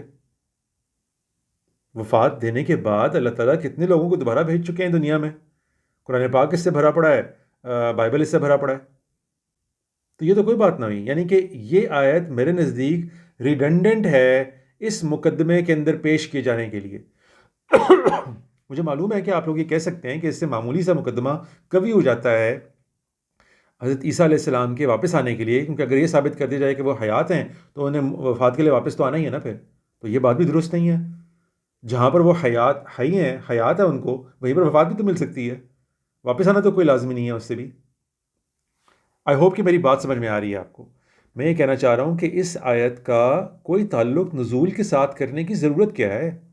یہ بنتا ہی نہیں ہے، یہ ریڈنڈنٹ ہے اس پورے باب کے اندر۔ میں کہتا ہوں کہ وہ وفات پا گئے ہیں، غامدی صاحب کا یہی موقف ہے نا، تو وفات پانے کے بعد وہ واپس دنیا میں آ سکتے ہیں۔ اگر نزول کی احادیث ہمیں مل گئی ہیں اور ہم یہاں پر موت بھی مان لیں، وفات بھی مان لیں، تو ہمیں ماننا پڑے گا انہوں نے دوبارہ بھی آنا ہے دنیا میں۔ اللہ تعالیٰ دوبارہ جلا اٹھا کے کیوں نہیں لا سکتا ان کو دنیا میں؟ اللہ تعالیٰ بنی اسرائیل کو تمام کو ایک دفعہ مار کے دوبارہ زندہ کر چکے ہیں، اور اس طرح کی گروہوں کا ذکر ہے، وَهُمْ أُلُوفٌ، وہ جو سائیکل نکلے تھے ان کو اللہ تعالیٰ نے وفات دے دی، پھر ان کو زندگی دے دی۔ او کالذی مر علی قومہ، وہ جس شخص کا تذکرہ ہے سورہ بقرہ کے اندر حضرت ابراہیم علیہ السلام کے واقعے کے فوراً بعد، ان کو 100 سال کی نیند سلا دی اللہ تعالیٰ نے۔ ہم تو نیند کہہ دیتے ہیں، وہاں پہ لفظ کیا اللہ تعالیٰ کا، فَأَمَاتَهُ اللَّهُ مِئَةَ عَامٍ، 100 سال کے لیے تعالیٰ نے موت دے دی ان کو، پھر زندہ کر دیا۔ اصحاب کہف کا چلیں، ہم اس لیے تذکرہ نہیں کرتا کہ ان کے بارے میں تو اللہ تعالیٰ نے موت کا لفظ استعمال کیا، وہ تو نیند ہی تھی، لگ بھی ایسے ہی رہا ہے۔ فَضَرَبْنَا عَلَىٰ آذَانِهِمْ کے الفاظ ہیں، اور وَهُمْ رُقُودٌ کے الفاظ ہیں، تو اس لیے وہاں پہ تو چلیں یہ والا پیکیج ہو گیا، نیند والا پیکیج، لیکن کتنی جگہ پہ موت والا پیکیج ہے۔ بائبل میں بھی اسی طرح ہی ہے۔ لیزرس ہے جو مشہور ترین ان کا واقعہ، جس کو مرنے کے 3 دن کے بعد زندہ کیا ہے عیسیٰ علیہ السلام نے، اور الائشہ دونوں کے آتے ہیں، انہوں نے کیسے مردہ لوگوں کو زندہ کیا۔ تو اللہ تعالیٰ کے لیے تو یہ، اور حضرت عیسیٰ علیہ السلام کے تو کتنے واقعات ہیں قرآن پاک میں، جگہ جگہ بیان ہوئے ہیں، وہ مردوں کو زندہ کر دیا کرتے تھے۔ تو اگر مان لیا جائے کہ اس آیت کے اندر وفات ہے، یا مان لیا جائے کہ حیات ہے، اس سے کوئی فرق نہیں پڑتا ان کے نزول کے اوپر۔ اس لیے نزول کی بحثوں کو برائے مہربانی کسی اور مقام سے استدلال کیا کریں، یہ مقام ریڈنڈنٹ ہے اس بحث کے اندر۔ یہ میں چاہتا ہوں کہ لوگ سمجھیں، اس آیت کو بہت بنیاد بنایا جاتا ہے نا، میں اس لیے کہہ رہا ہوں کہ سوچیں تو صحیح اس آیت کے بارے میں۔ اچھا، بشارت اور نصرت پہ آ جائیں جی. یہ ایک ایسی چیز ہے جس کا نہ صرف یہ کہ حافظ زبیر صاحب نے حوالہ دیا ہے کہ یہ مقام بشارت و نصرت کا ہے، بلکہ خود غامدی صاحب کے استاد اصلاحی صاحب، جن کو میں بھی اپنا انڈائریکٹ استاد سمجھتا ہوں، انہوں نے بھی یہی بات کی ہے کہ یہ تو بشارت و نصرت کا موقع تھا. یہ تو ایک ایسا موقع تھا کہ جس میں جو کام یہود کرنا چاہ رہے تھے، اگر وہی کام ان کے ساتھ اللہ تعالیٰ کر دیں تو یہ تو پوری نفی جاتی ہے اس بشارت و نصرت کے موقع کی. تو اس کے اوپر ذرا میں تھوڑا سا کلام کرنا چاہتا ہوں. غامدی صاحب نے بھی کیا بڑا اعلیٰ کلام، آپ وہ جا کے سن سکتے ہیں. میری رائے اس کے بارے میں یہ ہے، اور میں اگر کوئی اضافہ کر پاؤں اس میں تو، کہ دیکھیں اصل میں بشارت و نصرت کا مفہوم موت سے زیادہ ادا ہوتا ہے یہاں پہ. وہ یہ کہ اللہ تعالیٰ اگر ان کو زندہ اٹھا رہے ہیں تو اس کا مطلب کیا ہے کہ حضرت عیسیٰ علیہ السلام کا کام مکمل نہیں ہوا، ان کو کام مکمل کرنے کے لیے آنا پڑے گا. جبکہ اگر موت کا مفہوم لیا جائے تو آپ کوئی بشارت زیادہ ملے گی حضرت عیسیٰ علیہ السلام کو کہ دیکھیں آپ کا کام پورا ہو گیا، بس آپ کو جس کام کے لیے ہم نے بھیجا تھا ڈن. اور آپ آج بھی دیکھ لیں، ہم 2000 سال کے بعد کھڑے ہوئے ہیں نا، آج بھی سب سے زیادہ نام لیوا عیسائی ہیں دنیا میں، اور قیامت بھی اسی طرح قائم ہوگی. باقاعدہ روایات موجود ہیں اس کے اوپر کہ قیامت سے پہلے نصارہ جو ہیں وہ اکثریت میں ہوں گے. تو انہوں نے جو کام کرنا تھا وہ اپنے اس مختصر سے وقت میں کر گئے، پوری دنیا جہان کے اندر ان کا بول بالا ہو گیا. آج بھی اللہ تعالیٰ کے ماننے والے سارے موجود ہیں. ٹھیک ہے وہ خامیاں ایمان کے اندر، اعتقاد کے اندر آ جاتی ہیں، وہ بات علیحدہ ہے، لیکن اللہ تعالیٰ نے باقاعدہ قرآن پاک میں 2 مقامات پہ ان کے ایمان کو تسلیم کیا. انہوں نے کہا ان میں سے جو بھی یہودی، عیسائی، صابی، ایمان مسلمان، جو کوئی بھی اللہ اور یوم آخرت پہ ایمان رکھے گا، نیک عمل کرے گا، وہ آخرت میں کامیابی پائے گا، کوئی خوف نہیں ہوگا اس کے اوپر. تو اللہ تعالیٰ کے یہ بحثیں ہم اور انشاءاللہ ویڈیوز میں اٹھائیں گے. میں کہنا ہی چاہتا ہوں کہ بشارت و نصرت کا مفہوم بھی ایکچولی موت سے زیادہ ادا ہوتا ہے، کیونکہ یہ ان کو یہ بتایا جا رہا ہے کہ آپ کا کام مکمل ہوا جی، زبردست، آپ کو جس کام کے لیے انہیں بھیجا تھا وہ ہو گیا، اچیو ہو گیا. ہم اپنے یعنی کہ اللہ تعالیٰ اپنے پورے جو کوئی میٹافوریکلی بات کر رہا ہوں، فیوچر کو دیکھ رہے ہوں گے تو ان کو پتہ ہوگا کہ بس ٹھیک ہے، اس سے جو ریوربریشنز نکلنی ہے اور اس کے نتیجے میں جو نتائج پیدا ہونے ہیں، تو قیامت تک کے لیے بس یہ دین اپنی جڑ پکڑ گیا اب اسی کے بنیاد کے اوپر. اور آگے فیصلہ بھی سنا دیا، قیامت تک کے لیے آپ کے ماننے والے نہ ماننے والوں پر غالب رہیں گے. تو اس لیے یہ تو کوئی بات نہ ہوئی کہ بشارت و نصرت کا موقع ہے تو موت کا ذکر نہیں آنا چاہیے. موت جو ہے وہ تو آپ کے کام کی کمپلیشن بتا رہی ہوتی ہے کہ آپ کا کام مکمل ہو گیا جی. اچھا، اس کے علاوہ بھی بات کرتے ہیں کہ بشارت و نصرت کا موقع جو ہے وہ اس بات سے جڑا ہوا ہے کہ اللہ تعالیٰ کے پاس پیکیجز کیا اویلیبل ہیں. پیکیجز 2 ہی اویلیبل ہیں جس سے ہم سارے مانتے ہیں، ایک موت کا اور ایک نیند کا. اچھا، نیند کے پیکیج سے اللہ تعالیٰ حاصل کیا کریں گے؟ نیند کا پیکیج کس کو دیا گیا؟ اصحاب کہف کو دیا گیا. ان کی باڈیز یہیں پڑی ہوئی تھیں غار کے اندر. اللہ تعالیٰ فرماتے ہیں کہ یہیں پہ وہ کروٹیں بدل رہے تھے، اللہ تعالیٰ ان کو کروٹیں دے رہے تھے، سارا کچھ چل رہا تھا. سمجھ میں آتا ہے کہ اگر ان کو موت کا پیکیج نہیں دیا گیا بلکہ نیند کا پیکیج دیا گیا ہے تو اس کی ریزن ہے. جس کو بدن سمیت اللہ تعالیٰ اٹھا کے لے کے جا رہے ہیں اس کو نیند کا پیکیج دینے کی کیا ضرورت ہے؟ اس کو چاہے بشارت و نصرت کا موقع ہو، کچھ بھی ہو، پیکیج تو موت کا ہی بنتا ہے نا، کہ آپ نے وفات دے کر ان کو لے جانا ہے، دوبارہ اگر دنیا میں بھیجنا ہے تو وہ آ جائیں گے. یہ بات اس لیے مجھے کبھی متاثر نہیں کر پائی کہ چونکہ حیات ہیں، اللہ تعالیٰ ان کو حیات لے گئے ہیں دنیا سے، اس لیے ان کا آنا ضروری ہے. وہ میں پہلے بتا چکا کیوں آنا ضروری ہے. جہاں پر وہ حیات ہیں وہیں پہ وفات بھی تو پا سکتے ہیں. اوپر بے شک اللہ تعالیٰ ان کو حیات میں لے گئے تھے، وفات بھی اوپر دے دیں گے. یعنی کہ ابھی ہم اس آیت تک رہ رہے ہیں نا، ابھی ہم اگلی آیات پہ نہیں جا رہے، ان پر جاتے ہیں بعد میں. لیکن اس آیت کی حد تک آپ خود سوچیں، چاہے بشارت و نصرت ہے، چاہے کچھ بھی ہے، موت اور حیات کا اس سے کوئی تعلق نہیں ہونا چاہیے. دونوں طریقوں سے پوری آپ چیز ثابت کر سکتے ہیں کہ دیکھیں اس میں ہر قسم کی بشارت و نصرت ہے ان کے لیے، کوئی مسئلے کی بات نہیں ہے اس میں. ان کو اتنے مختصر وقت میں بیسیکلی ان کا کام مکمل کر دینے کی بشارت دے رہے ہیں اللہ تعالیٰ یہاں پہ. تو اس کے بعد وہ چاہے ان کو وفات دے کر اٹھائیں چاہے حیات دے کے اٹھائیں. یہ میں پہلے بتا چکا ہوں کہ میں نزدیک وفات ہی ہے یہاں پہ، اور وہ پیورلی ایک لنگوسٹک بات ہے، یعنی لفظ اللہ تعالیٰ نے استعمال کر لیا وفات کا، اب ہم کچھ بھی نہیں کر سکتے، اس کو پھیر ہی نہیں سکتے کسی طرف جب تو کوئی اور کرینہ نہ ہو. اور آگے قیامت تک کا ذکر بھی آ گیا ہے، اس لیے کوئی کرینہ نہیں ہے اس کے لیے.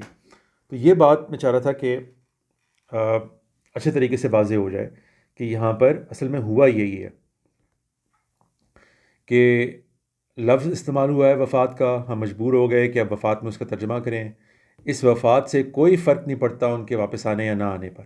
اللہ تعالیٰ چاہتا ہے تو اللہ تعالیٰ چاہے اگر اس کے بعد ثبوت ہوں قرآن پاک میں اور مقامات پہ یا حدیث میں کہ انہوں نے نازل ہونا ہے، وہ پھر بھی نازل ہو جائیں گے، وہ چاہے وفات پا چکے ہوئے ہوں.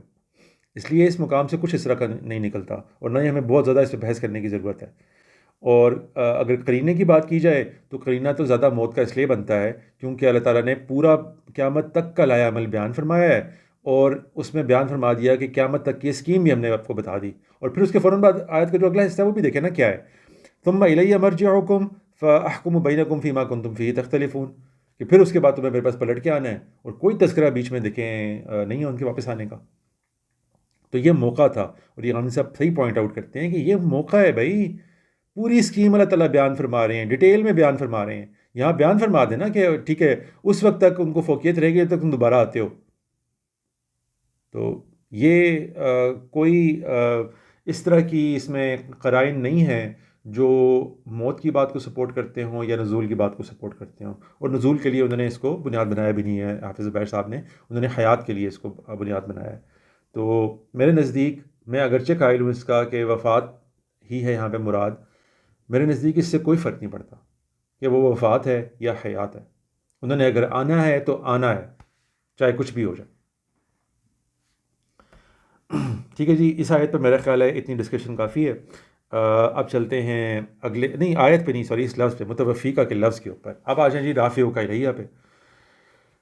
رافع کا الیہ پہ پہلی تو میں یہ بات بتا دوں کہ مجھے اصلاحی صاحب اور غامدی صاحب سے دونوں سے اختلاف ہے اس کے اوپر.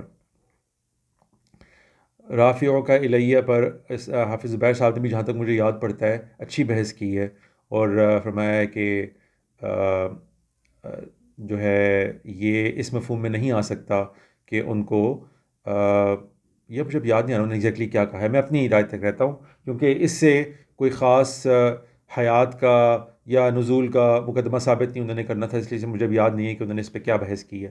میرا چونکہ موقع ملا ہے تو میں یہ بتاتا چلوں کہ مجھے اس پہ اختلاف ہے غامدی صاحب کی اوپینین سے. غامدی صاحب اور اصلاحی صاحب کی اوپینین یہ، غامدی صاحب کی اوپینین پہ رہتے ہیں چلے. غامدی صاحب کی اوپینین یہ ہے کہ یہاں پہ دراصل اللہ تعالیٰ کے پاس اوپر بلندیوں پر، آسمانوں پر اٹھا لے جانا مراد نہیں ہے، بلکہ اللہ تعالیٰ کی طرف، یعنی کہ لوگوں سے بچا کر ان کے بدن کو اٹھا کے فرشتے لے گئے کہیں بھی زمین پر اور جگہ جہاں پر بھی لے کے جانا تھا ان کو دفنانے کے لیے بعد میں. اس سے یہ مراد ہے، اور اس کے لیے وہ مثالیں دیتے ہیں.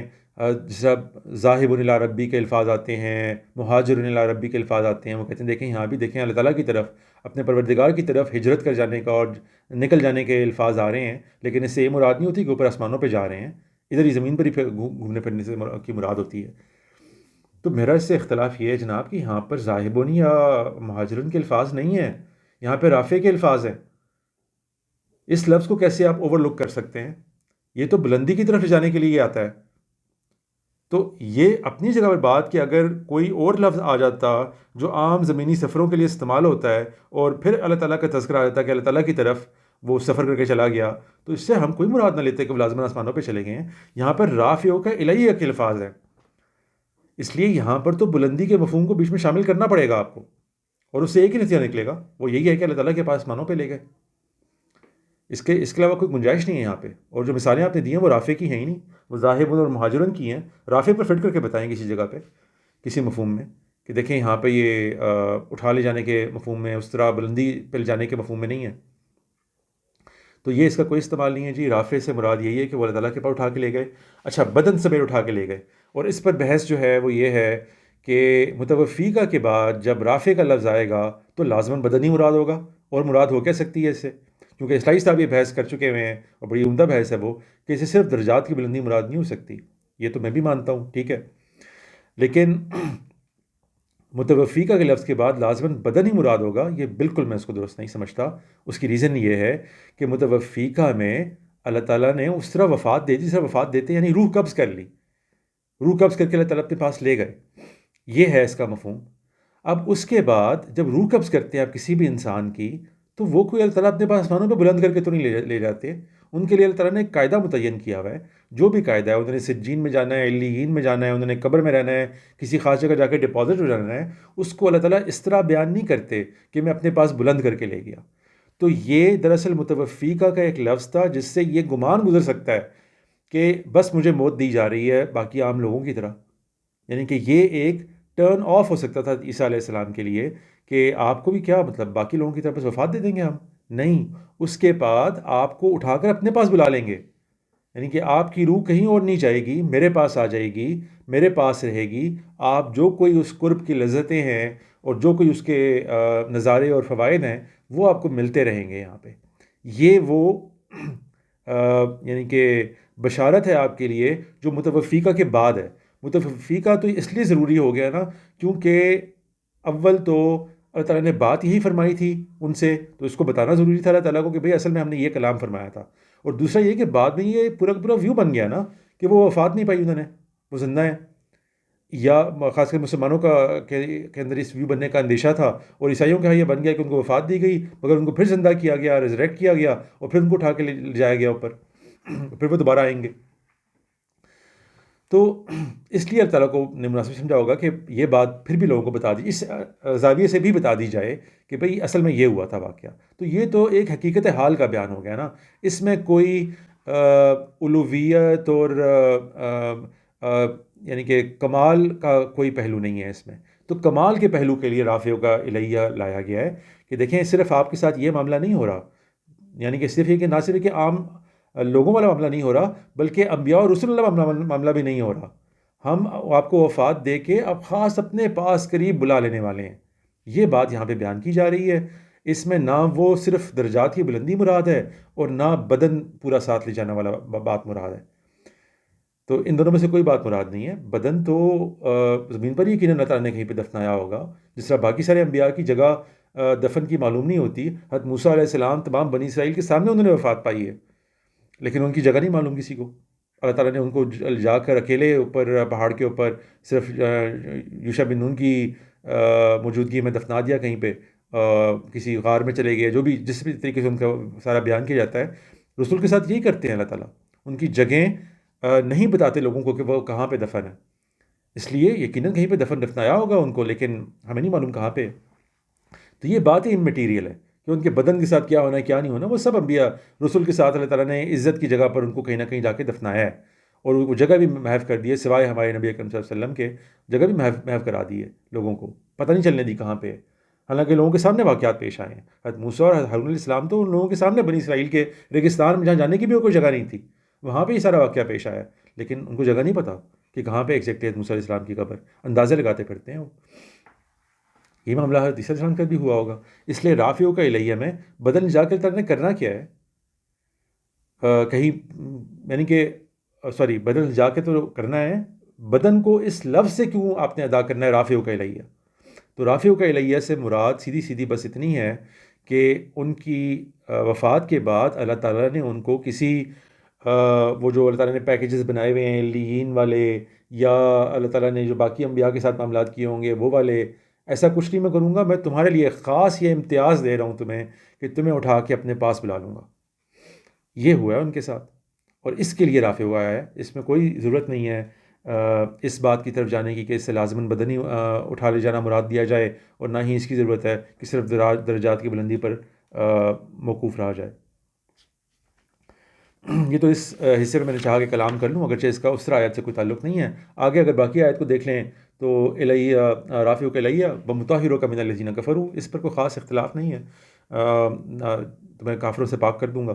وجاعل الذین اتبعوک فوق الذین کفروا الی یوم القیامہ، اس پر بھی مجھے نہیں پتہ، لوگوں نے مجھے کبھی ایک دو دفعہ ذکر کیا ہے کہ شاید حافظ زبیر صاحب اس سے بھی اختلاف رکھتے ہیں، یا حافظ زبیر صاحب ہیں یا کسی اور انہوں نے کا ذکر کیا تھا، میں بھول گیا ہوں اس لیے اس پر کلام نہیں کرتا، کہ وہ شاید کہتے ہیں کہ نہیں اس سے نصارہ کو جو پچھلے 2000 سال سے 1700 سال سے چلے کہہ لیں فوقیت ملی ہوئی ہے یہود پر، وہ مراد نہیں ہے بلکہ یہ کچھ اور ہی سے مراد ہے. تو اس پر میں بھی بحث نہیں کرتا، لیکن یہ بڑا واضح ہے کہ تمہارے ماننے والوں کو نہ ماننے والوں کے اوپر فوقیت یہ رکھوں گا قیامت کے دن تک. لیکن قیامت تک کی بات بیان ہو گئی، یہ بڑی اہم بات ہے. یہاں پر اگر قیامت کا تذکرہ نہ ہوتا تو آپ یہ کہہ سکتے تھے کہ یہ بات نامکمل رہ گئی ہے متوفیقہ والی، اس سے اب مفہوم اخذ کرنے میں کچھ تھوڑی بہت گنجائش باقی رہ جاتی، لیکن اللہ تعالیٰ نے قیامت تک کا تذکرہ فرما دیا اور کوئی تذکرہ نہیں فرمایا کہ وہ واپس آئیں گے۔ ثم الی مرجعکم فاحکم بینکم فیما کنتم فیہ تختلفون، پھر تمہیں پلٹ کے سب کو میری طرف آنا ہے۔ دیکھیں بالکل اس میں کوئی گیپ نہیں ہے، وہی کہ قیامت تک یہ معاملہ رہنا ہے اور پھر تمہیں پلٹ کے میرے پاس آنا ہے، تو کوئی گنجائش نہیں ہے بیچ میں جہاں پر انہوں نے عیسیٰ علیہ السلام نے واپس آنا ہو اس میں۔ اچھا، یہ اس آیت کے متعلق ہو گیا جی۔ اب آتے ہیں اگلی آیت کے اوپر جو کہ ہے سورۃ النساء کی آیت نمبر 159۔ وَإِن مِّنْ أَهْلِ الْكِتَابِ وَإِن مِّنْ أَهْلِ الْكِتَابِ إِلَّا لَيُؤْمِنَنَّ بِهِ قَبْلَ مَوْتِهِ وَيَوْمَ الْقِيَامَةِ يَكُونُ عَلَيْهِمْ شَهِيدًا۔ اور اب آ جائیں جی ان کے دلائل کے اوپر آتے ہیں کہ وہ کیا فرما رہے ہیں حافظ زبیر صاحب۔ حافظ زبیر صاحب نے ایک اچھی کافی تفصیلی تقریر فرمائی اس کے اوپر کہ غامدی صاحب کا اس کے اوپر کیا ویو ہے، غامدی اور اصلاحی صاحب کا۔ وہ ویو یہی ہے کہ وہ سمجھتے ہیں کہ یہ اس آیت کا کلام چونکہ جہاں سے شروع ہو رہا ہے وہاں پہ یہ ہے کہ یہ اہل کتاب آپ سے مطالبہ کر رہے ہیں کہ آسمان سے براہ راست کوئی کتاب ہوتی ان کو، آسمان سے درج کوئی کتاب نیچے آتی ان کو ملے تب وہ مانیں گے، ورنہ نہیں مانیں گے۔ تو کہتے ہیں چونکہ وہاں پہ ایسی کسی کتاب کا تذکرہ ہو گیا ہے، اس لیے یہاں پر دراصل جو ضمیر ہے کہ اہل کتاب میں سے کوئی نہیں ہوگا مگر کہ ایمان لے آئے گا بہی۔ اب بہی میں کون مراد ہے یا کیا مراد ہے؟ تو وہ کہتے ہیں یہاں پہ قرآن مراد ہے۔ اچھا، اس کے لیے انہوں نے بڑی اچھی ساری حافظ زبیر صاحب نے جمع کر دی، ہمارے اسلاف کی بھی اوپینینز، اس میں مختلف اوپینینز ہیں۔ بعض لوگ کہتے ہیں کہ یہاں پہ نبی اکرم صلی اللہ علیہ وسلم مراد ہیں، بعض لوگوں نے ایون اللہ تعالیٰ کا بھی کہا ہوا ہے، اور بعض لوگ جو ہے وہ اس کو لیتے ہیں، اہل کتاب کو لیتے ہیں کہ زمین انہی کی طرف پلٹ رہی ہے، سوری یہ عیسیٰ علیہ السلام کو لیتے ہیں، بعض تو نہیں، ساری تقریباً لیتے ہیں کہ اب بہی میں اور موت ہی میں ایک ہی ضمیر ہے، جو ایک ہی یعنی کہ مرجع ہے ضمیر کا، جو کہ عیسیٰ علیہ السلام ہے، کہ عیسیٰ علیہ السلام کی وفات سے پہلے ان پر ایمان لے آئیں گے۔ یہ تو اصل ڈومیننٹ اوپینین ہو گئی جو تقریباً میکسیمم اسلاف کی ہے، انہوں نے گن کی ہر ایک کی بتا دی، آثار صحابہ میں سے بھی اور تابعین میں سے بھی، ٹھیک ہے۔ لیکن انہوں نے بتایا کہ اس میں بہرحال یہ بھی ہے کہ موتی ہی پر تو اختلاف ہے لوگوں کا بعض کا کہ بھئی کس کی موت سے پہلے، تو کیا اپنی موت سے پہلے اہل کتاب کا جس کا تذکرہ ہو رہا ہے یہاں پہ کہ اہل کتاب میں سے کوئی نہیں ہوگا، تو اہل کتاب کی موت کا بات ہو رہا ہے کہ وہ مرنے سے پہلے حضرت عیسیٰ علیہ السلام پر ایمان لے آئیں گے، یا جو ہے یہ موت بھی حضرت عیسیٰ علیہ السلام کی ہی مراد ہے؟ اس پر وہ کہتے ہیں کہ بحثیں ہیں، انہوں نے ساری بتا دی۔ ایک تو انہوں نے یہ بھی بتایا، اور جو ہے اس پر انہوں نے زیادہ لمبی چوڑی بحثیں نہیں کی کہ بھئی یوم القیامت یکون علیہم شہیدہ سے کیا مراد ہے۔ اس کے اوپر انہوں نے بس یہی بتایا کہ اس سے مراد یہی ہے کہ وہ قیامت کے روز ان کے اوپر گواہ ہوگا۔ تو میں یہ بتانا چاہتا ہوں کہ پہلے تو مجھے اس پہ حافظ صاحب سے اتفاق ہے، یہاں پہ قرآن پاک مراد نہیں ہو سکتا۔ یعنی انہوں نے جو اعتراض غامدی صاحب کے اوپر کیا ہے کہ اتنا پیچھے سے وہ جو کھینچ کے ایک مرجع لے کر آئے ہیں، اس مرجع کی یہاں پر کوئی جگہ نہیں بنتی، اور جگہ بننے کی وجہ بھی کوئی نہیں ہے۔ اس سے مجھے اتفاق ہے، میں سمجھتا ہوں کہ یہاں پہ میرا اختلاف ہے حافظ زبیر صاحب سے اور اسلاف سے، لیکن غامدی صاحب سے بھی ہے کہ یہاں پر قرآن پاک مراد نہیں ہو سکتا۔ اس کی وجہ ہے، دیکھیں اس کی وجہ یہ ہے کہ اول تو یہاں پر جس طریقے سے کلام چل رہا ہے، کلام ابھی کمپلیٹ نہیں ہوا۔ یہ کلام جا کے بہت جلدی بھی آپ کریں تو 162 پہ آپ کمپلیٹ مان سکتے ہیں، ٹھیک ہے، اور ورنہ یہ 164 پہ آپ کمپلیٹ مان سکتے ہیں، آیت نمبر 164 پہ وَرُسُلًا إِنَّا وَحَيْنَا إِلَيْكَ كَمَا وَحَيْنَا، یعنی کہ اللہ تعالیٰ ابھی تک اسی چیز کو ایکسپلین کر رہے ہیں کہ وہ جو اہل کتاب نے بات کی ہے کہ ہم جب تک آپ آسمان سے براہ راست ہمیں کتاب نازل ہوتی نہ دکھا دیں ہم آپ ایمان نہیں لے کر آئیں گے، اسی کو اللہ تعالیٰ ابھی تک ایڈریس کر رہے ہیں۔ اور خاص کر سے پچھلی جو سارا موقع تھا اس پہ تو دیکھیں ایون اس کے فوراً بعد یہ جس مقام کو وہ فرما رہے ہیں کہ یہاں پر دراصل اہل کتاب کا قرآن پاک پر ایمان لانا مراد ہے، یا جیسا بعض لوگوں نے کہا محمد صلی اللہ علیہ وسلم پہ ایمان لانا مراد ہے، تو وہ یہاں پہ مراد نہیں ہو سکتی، کیونکہ آگے ابھی تک ان کا کول چل رہا ہے، یہود کے بارے میں جو بات چل رہی تھی پیچھے، فَبِظُلْمٍ مِّنَ الَّذِينَ هَادُوا حَرَّمْنَا عَلَيْهِمْ طَيِّبَاتٍ أُحِلَّتْ لَهُمْ وَبِصَدِّهِمْ عَن سَبِيلِ اللَّهِ كَثِيرًا وَأَخْذِهِمُ الرِّبَا وَقَدْ نُهُوا عَنْهُ، ابھی تک وہ چارٹ شیٹ چل رہی ہے۔ تو جب وہ کلام ابھی تک اپنے انتہا کو پہنچا ہی نہیں ہے تو اس بات کو کہ یہ انہی کے اوپر ایمان لائیں گے، اس کو یہاں پہ لانے کی کیا وجہ ہو سکتی تھی؟ اس کو تو آگے آنا چاہیے تھا کہیں پہ۔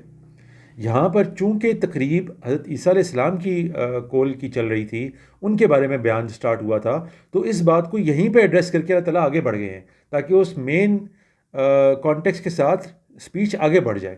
وہیں سے اللہ تعالیٰ نے جوڑ دیا اس کو، یہ جملہ متنازع ڈال کے بیچ میں کہ ٹھیک ہے چونکہ ذکر آ گیا تھا عیسیٰ علیہ السلام کا اور اس کو ٹھیک ٹھاک اللہ تعالیٰ سینٹرلٹی دینا چاہ رہے ہیں، تو وہاں پر یہ بات کر کے آگے گزر جائیں کہ اس کا اختتام بھی عیسیٰ علیہ السلام کی جو معاملہ ہوگا نا وہ یہ ہوگا. تو آگے پھر وہیں سے بات جوڑ دی ہے کہ انہوں نے تو یہ بھی کیا اور یہ بھی کیا، جو بات پیچھے چل رہی تھی مسلسل. اس لیے یہاں پہ میرے خیال سے قرآن پاک کا تو بالکل کوئی، اور قرآن پاک تو زیر بحث بھی نہیں تھا ایکچولی. یہاں پہ آپ کو پتہ ہی ہے وہ جو اگر ہم آیت پڑھ لیں جہاں سے یہ شروع ہے خطاب، جس کی طرف اصلاحی صاحب اور غامدی صاحب کہتے ہیں کہ اس کا مرجع ہے بیسیکلی، تو دیکھیں یہ ہے یسألک اہل الکتاب ان تنزل علیہم کتابا من السماء، کہ آپ سے اہل کتاب یہ مطالبہ کر رہے ہیں کہ ان کے اوپر آسمان سے براہ راست کوئی کتاب نازل کر دی جائے، یعنی کہ آسمان سے لکھی ہوئی ہے جو بھی آسمان سے درج کتاب نازل کر دی جائے. کیونکہ اہل کتاب میں یہودی کی بات ہو رہی ہے یہاں پہ، ان کو پتہ ہی ہے کہ 10 کمانڈمنٹس دی گئی تھیں جو آسمان پہ سے پتھروں پہ سلی ہوئی پتھر کی سلوں پہ لکھی ہوئی ملی تھی ان کو، اور بلکہ اللہ تعالیٰ نے تو وہاں پہ تفصیل لکل شیء کے الفاظ آئے ہیں، تو لگتا ہے ایسے ہی ہے کہ ان کو اور بھی چیزیں اس طرح لکھی ہوئی اوپر سے باقاعدہ براہ راست دی گئی تھیں. تو اس طرح کا مطالبہ کیا جا رہا ہے ان سے. یہاں پر قرآن پاک کا تو تذکرہ بھی نہیں آیا. تو ٹھیک ہے اس بات سے کوئی وہ نہیں، یعنی کہ امکان کی حد تک یہ بات رہتی ہے کہ آپ پھر بھی قرآن پاک یہاں پہ مراد لے سکتے ہیں، مگر یہ بہت بعید ہو جائے گا یہاں پہ قرآن پاک مراد لینا، کیونکہ قرآن پاک کا تذکرہ سرے سے بیچ میں آیا ہی نہیں ہے. اس سے تو بہتر زیادہ پیکیج نبی صلی اللہ علیہ وسلم کا لگتا ہے ایون، کہ اگر ان کے بارے میں بھی لینا ہے تو لے لیں، کیونکہ اسی پیکیج میں قرآن پاک بھی شامل ہے. تو یہ دونوں ہی باتیں نبی صلی اللہ علیہ وسلم کی اور قرآن پاک کی یہاں پر کیوں مراد نہیں ہو سکتی، اس کو میں آپ کو اپنا ویو بیان کرتا ہوں تو شاید وہ کو مزید بہتر پتہ چلے. لیکن یہ کہ یہاں پر قرآن پاک اول تو تذکرہ نہیں ہے، اس کا ظاہر میں کہیں پہ تذکرہ نہیں ہوا، اور دوسرا یہ ہے کہ یہاں پر کلام جس طریقے سے چل رہا ہے کہ ایک گروہ کی کا بیان بتا دیا کہ وہ کہہ رہے ہیں کہ ہم تو اس وقت تک ایمان نہیں لائیں گے تک یہ ہمارے ساتھ یہ نہ ہو جائے، اور پھر آگے ان کی چارج شیٹ شروع ہوئی ہے. تو چارج شیٹ تو ابھی چل رہی ہے، چارج شیٹ تو اینڈ نہیں ہوئی، اس لیے اس کے درمیان میں یہ کہنا کہ ان میں سے ہر کوئی ایمان لے آئے گا اسی کتاب پر اپنے مرنے سے پہلے، تو پھر آگے چارج شیٹ بالکل بے وقت ہو جاتی ہے. تو یہ چارج شیٹ کے اینڈ پہ آنا چاہیے تھا کہیں پہ، اور اینڈ پہ کہیں نہیں آیا. تو اس کی جو بات ہے کہ وَإِن مِّنْ أَهْلِ الْكِتَابِ إِلَّا لَيُؤْمِنَنَّ بِهِ قَبْلَ مَوْتِهِ، یہاں پر میرا جو اختلاف ہے تقریباً سب سے ہی، ہاں ایک آدھ میں نے ترجمہ دیکھا تھا صحیح انٹرنیشنل کا، وہ میری تائید میں ہے، لیکن باقی میں نے کوئی اور ترجمہ نہیں دیکھا. وہ کیا ہے اس کا ترجمہ کہ ان اہل کتاب میں سے، اور یہاں پہ اہل کتاب سے میرے مفہوم میں یہودی مراد ہو سکتے ہیں بس، اس میں نصارہ شامل نہیں ہو سکتے، کیونکہ سارے کی سارے چارج شیٹ دراصل یہود کی سنائی جا رہی ہے یہاں پہ. اس میں ٹھیک ہے کوئی معمولی سا کو اشتباہ گزرتا ہے کہ چونکہ نصارہ نے بھی تسلیم کر لیا کہ حضرت عیسیٰ علیہ السلام جو ہیں وہ وفات پا گئے ہیں، یعنی کہ قتل ہو گئے ہیں، سلیب دے دیے گئے ہیں، اس لیے ان کی طرف بھی رخ جا سکتا ہے. میں اس کا تو اتنی گنجائش تو رکھتا ہوں کہ جس کسی نے یہ ویو بنایا ہے وہ کوئی بالکل ہوا سے نہیں کوئی چیز نکال کے لے آیا، معمولی سا ذہن اس میں شک میں پڑتا ہے، لیکن ذرا سا آپ غور کریں تو کو پتہ چلتا ہے کہ دراصل یہ سارا کا سارا ویو یہود کے خلاف ہی چل رہا ہے. اور ابھی جو بات مزید آگے آئے گی اس سے مزید موقع ہو جائے گا یہ. تو اہل کتاب سے یہاں پر مراد یہود ہی ہیں، کیونکہ سوال بھی انہی کی طرف سے تھا، نصارہ کی طرف سے ایسا کوئی سوال بھی نہیں تھا. تو وہاں بھی اہل کتاب کا ہی لفظ آیا ہے جہاں سے اسپیچ شروع ہوئی ہے، یسألک اہل الکتاب کے الفاظ ہیں، اہل کتاب. تو اہل کتاب ہے میں تو سب شامل ہوتے ہیں، نصارہ بھی شامل ہوتے ہیں، لیکن صاف پتہ چل رہا ہے، قرینہ بتا رہا ہے کہ وہاں پہ یہود مراد ہیں. اور یہ بڑی جگہ قرآن پاک میں ہو جاتا ہے کہ ایک عام لفظ یہ رہتا ہے لیکن اس سے مراد خاص ہوتی ہے. تو یہاں پر تخصیص ہے یہود کی کہ اور اہل کتاب میں سے یعنی کہ یہود میں سے کوئی بھی نہیں ہوگا الا لیؤمنن بہ، مگر لازماً ایمان لے آئے گا قبل موتہ، اپنی موت سے پہلے. کس پر؟ عیسیٰ علیہ السلام پر. بڑی سیدھی سی بات ہے، انہی کا تذکرہ چل رہا ہے اور انہی کے بارے میں بات ہو رہی ہے کہ ٹھیک ہے انہوں نے تو اپنے تئیں اس کو قتل کر دیا، سلیب دے دیا، اور چونکہ قتل کر دیا اور سلیب دے دیا تو یہ سمجھتے ہیں کہ چونکہ وہ سلیب دے دیا گیا اس لیے مسیح تو ہو نہیں سکتا، کیونکہ مسیح کے بارے میں تو ایسی کوئی پیشن گوئی نہیں تھی کہ اس کو سلیب دے دی جائے گی یا اس کو مار دیا جائے گا، بلکہ اس کی تو کامیابی کی پیشن گوئیاں تھیں، اس لیے وہ مسیح نہیں ہو سکتا، اس لیے اس پر ہم نے ایمان نہیں لے کر آنا. اس کا تو صاف مطلب ہوگا وہ ایک جھوٹا نبی تھا. تو اللہ تعالیٰ کے کہہ رہے ہیں کہ نہیں، یہ ان میں سے ہر کوئی اپنی موت سے پہلے اسی پر ایمان لے کر آئے گا، پھر مرے گا. یہاں پر یومننا کی بڑی اچھی بحث حافظ زبیر صاحب نے کی ہے کہ یہاں پر دراصل صرف دل سے مان لینا مراد ہے، اقرار مراد نہیں ہے، اور اس پر بھی انہوں نے بڑی عمدہ بحث کی، جا کے دیکھ لیں، مجھے اس سے اتفاق ہے اس بحث سے۔ اگرچہ ایمان کے درجات بھی ہوتے ہیں، مگر یہاں پر ایسی کوئی وجہ نہیں ہے کہ ہم اس کو مانیں کہ صرف دل کا اقرار، دل کی کا ایمان مراد ہے، بلکہ اقرار باللسان بھی اس کے اندر شامل ہے۔ یہ بالکل اس طرح کا ایمان ہوگا جس طرح کا فرعون لے کر آیا تھا اپنے مرنے سے پہلے، وہ اپنی زبان سے ادا کیا ہوگا، یعنی کہ زبان حال سے جو بھی کہہ لیں آپ اس کو، جو بھی روحیں جس طرح بولتی ہیں، یا اگر زندہ بھی تھا تو اس طرح کا جو موقع ہوتا ہے، جو موت کے وقت کے دوران، موت کی ہچکی کے قریب پہنچ جانے کے باعث جو آپ کے کلام کی صورت بنتی ہے، اس صورت میں ہی کلام ہوگا، لیکن کلام ہوگا باقاعدہ، تو وہ ایمان لے کر آئیں گے لازماً مرنے سے پہلے۔ اور یہ بات ایکچولی بائبل کے بھی اقوال سے ملتی ہے، بائبل میں جہاں پہ جان کے اندر جان 14:6 میں ہے غالباً، بڑی مشہور چونکہ وہ آیت ہے کہ no man comes to my father but through me. حضرت علیہ السلام فرماتے ہیں کہ کوئی انسان، وہاں پہ تو انسان کا لفظ ہے لیکن قرینے سے سب پتہ چل جاتا ہے آپ کو کہ یہود کی بات ہو رہی ہے، کہ یہود میں سے کوئی بھی اللہ تعالیٰ کے پاس نہیں آئے گا مگر میرے ذریعے سے اب آئے گا۔ یعنی اب ان کی جو کارٹ ہے وہ میرے ساتھ ٹائی کر دی گئی ہے، اب دیئر کارٹ از ہچ ٹو مائن۔ اب میرے پر وہ چاہے ایمان لائیں نہ، یعنی کہ دنیا میں ایمان لائیں نہ لائیں، فیصلے پہ میری گواہی آئے گی، اور مجھ پر ان کو ایمان لانا ہی پڑے گا، یعنی کہ میرے بغیر وہ اللہ تعالیٰ تک کے ہاں کامیابی حاصل نہیں کر سکتے۔ اب وہ جڑ گئے ہیں ان کی فیٹ جڑ گئی ہے میرے ساتھ۔ یہ وہی بات ہے جو یہاں پہ بھی اس سے ملتی بات یہاں پہ کی جا رہی ہے، کہ چاہے ان کے ساتھ یہ سارا معاملہ یہود نے کہا اور کیا اور کر گزرے وہ اپنے تئیں، جو کچھ یہ انہوں نے سوچا کہ ہم کریں گے اپنے تئیں، یعنی کہ اصل میں نہیں، اپنے تئیں، لیکن حقیقت کیا ہے کہ ان میں سے کوئی بھی نہیں مرے گا مگر یہ کہ وہ حضرت عیسیٰ علیہ السلام پر اپنے آخری وقت میں ایمان لا کے مرے گا۔ یہ ان کی حزیمت بتائی جا رہی ہے۔ بڑی سیدھی سی آیت ہے یہ، اور یہ اس میں ہے، میرا خیال ہے اردو میں تو اچھے ترجمے آپ کو نہیں ملیں گے جس میں اس طرح کی ڈیٹیل ساری کی ساری نظر آ رہی ہوں، لیکن عربی میں تو انگلش میں آپ کو اس طرح کے مل جائیں گے۔ اب یہ دیکھیں، صحیح انٹرنیشنل ہے، صحیح انٹرنیشنل میں بتا دوں یہ کوئی سعودی عربیہ کی کوئی آفیشیل نہیں ہے ترجمہ، اگرچہ مشہور بہت ہے کہ لوگوں کو لگتا ہے شاید یہ آفیشیل نہیں ہے، ان کے ہاں کا ایک ادارہ ہے جس نے یہ چھاپا ہوا ہے، اور اصل میں یہ ٹوٹلی فیمیل ڈومینیٹڈ، 3 فیمیلز نے مل کے یہ سارا ترجمہ کیا ہوا ہے، امریکن فیمیلز ہیں وہ، اور ترجمہ انہوں نے البتہ بہت اعلیٰ کیا ہے۔ اس کو الٹرا کنزرویٹو لوگ استعمال کرتے ہیں، ہمارے ہاں اہل حدیث بھی جو ہے وہ الٹرا کنزرویٹو بھی شمار ہوتے ہیں، تو ان کے ہاں بہت فیوریٹ ترجمہ ہے یہ، بڑی اس کو اہمیت دی جاتی ہے۔ انہوں نے کیا کیا ہے،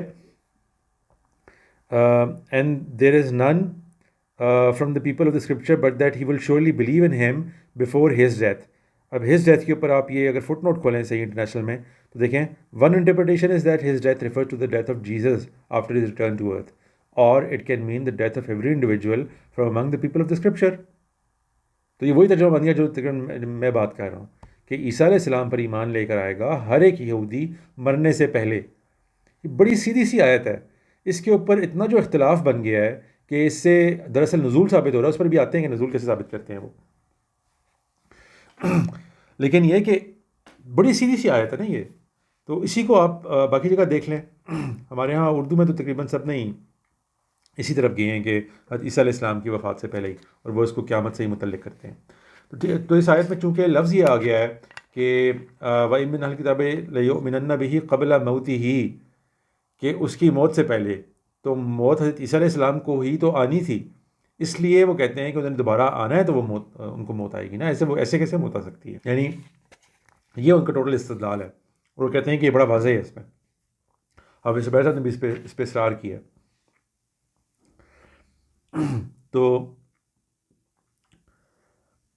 یہ میرے نزدیک کوئی ضمائر کو حل کرنے کے بعد آپ کے پاس یہ دلیل رہتی نہیں ہے باقی، بہت ہی یہاں پر اس انڈیویجول اہل کتاب کی بات ہو رہی ہے، یعنی جس طریقے سے اس کو یہاں پہ بیان کیا گیا ہے وَإِن مِّنْ أَهْلِ الْكِتَابِ إِلَّا لَيُؤْمِنَنَّ بِهِ، اور ان اہل کتاب میں سے کوئی نہیں ہوگا مگر یہ کہ وہ ایمان لے آئے گا اپنی موت سے پہلے عیسیٰ علیہ السلام پہ۔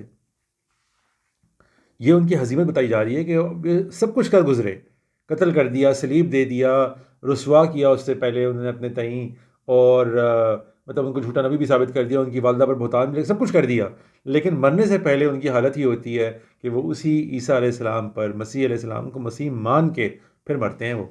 لیکن یہ ایمان غیر نافع ہوتا ہے، جس طرح فرعون کا غیر نافع تھا. اور اس کی دلیل کیا ہے؟ اور یہی اصل میں اگینسٹ بھی جائے گی حافظ زبیر صاحب کے ویو کے بھی. وہ اگلی والی آیت کا حصہ ہے، وہ یوم القیامت یکون علیہم شہیدہ. اب اردو زبان کے اندر ترجمہ جو ہے نا لوگ بڑا بے معنی قسم کا کر دیتے ہیں، ان پر شہادت دے گا. بھائی ان پر شہادت دینے سے کیا مراد ہے؟ ان کے خلاف شہادت دے گا. تو جب خلاف شہادت دے گا، اور یہ تقریباً سارا آپ انگریزی کے جتنے بھی ترجمے اٹھا لیں نا آپ، وہاں پہ چونکہ آپ یہ پر والا معاملہ کر نہیں سکتے نا، تو اس لیے وہاں پہ تو آپ کو ہر کوئی ملے گا. کسی کو اٹھا لیں، یہ یوسف علی صاحب ہیں، will be a witness against them. پختل کو اٹھا لیں، will be a witness against them. صحیح انٹرنیشنل اٹھا لیں، will be against them a witness. Taqi Usmani صاحب کو اٹھا لیں، اینڈ ہی شل بی وٹنس اگینسٹ دیم. تو اردو میں بھی اسی طرح ہی ہے، سوائے میرے خیال سے ڈاکٹر اسرار کے، سوائے ان کے خلاف گواہ بن کر کھڑا ہوگا، اور باقی سب نے پر کر دیا. لیکن آپ ان کی تفاسیر میں جائیں نا، تو تفاسیر میں تقریباً سبھی ان کے بھی جائیں، ماضی کے سارے اسلاف میں بھی چلے جائیں، زمخشری میں چلے جائیں آپ، رازی میں چلے جائیں آپ، قرطبی میں چلے جائیں، کسی میں چلے جائیں، وہ باتیں آپ کو یہی ملیں گی جو خلاف والی ہوں گی دراصل، کہ یہود کے اوپر جو ایمان نہیں لائے تھے ان کو یہ وعید سنائی جا رہی ہے کہ ان کے خلاف شہادت ہوگی. تو لیکن ترجمے میں اس کو اس طرح بیان کر دیتے ہیں.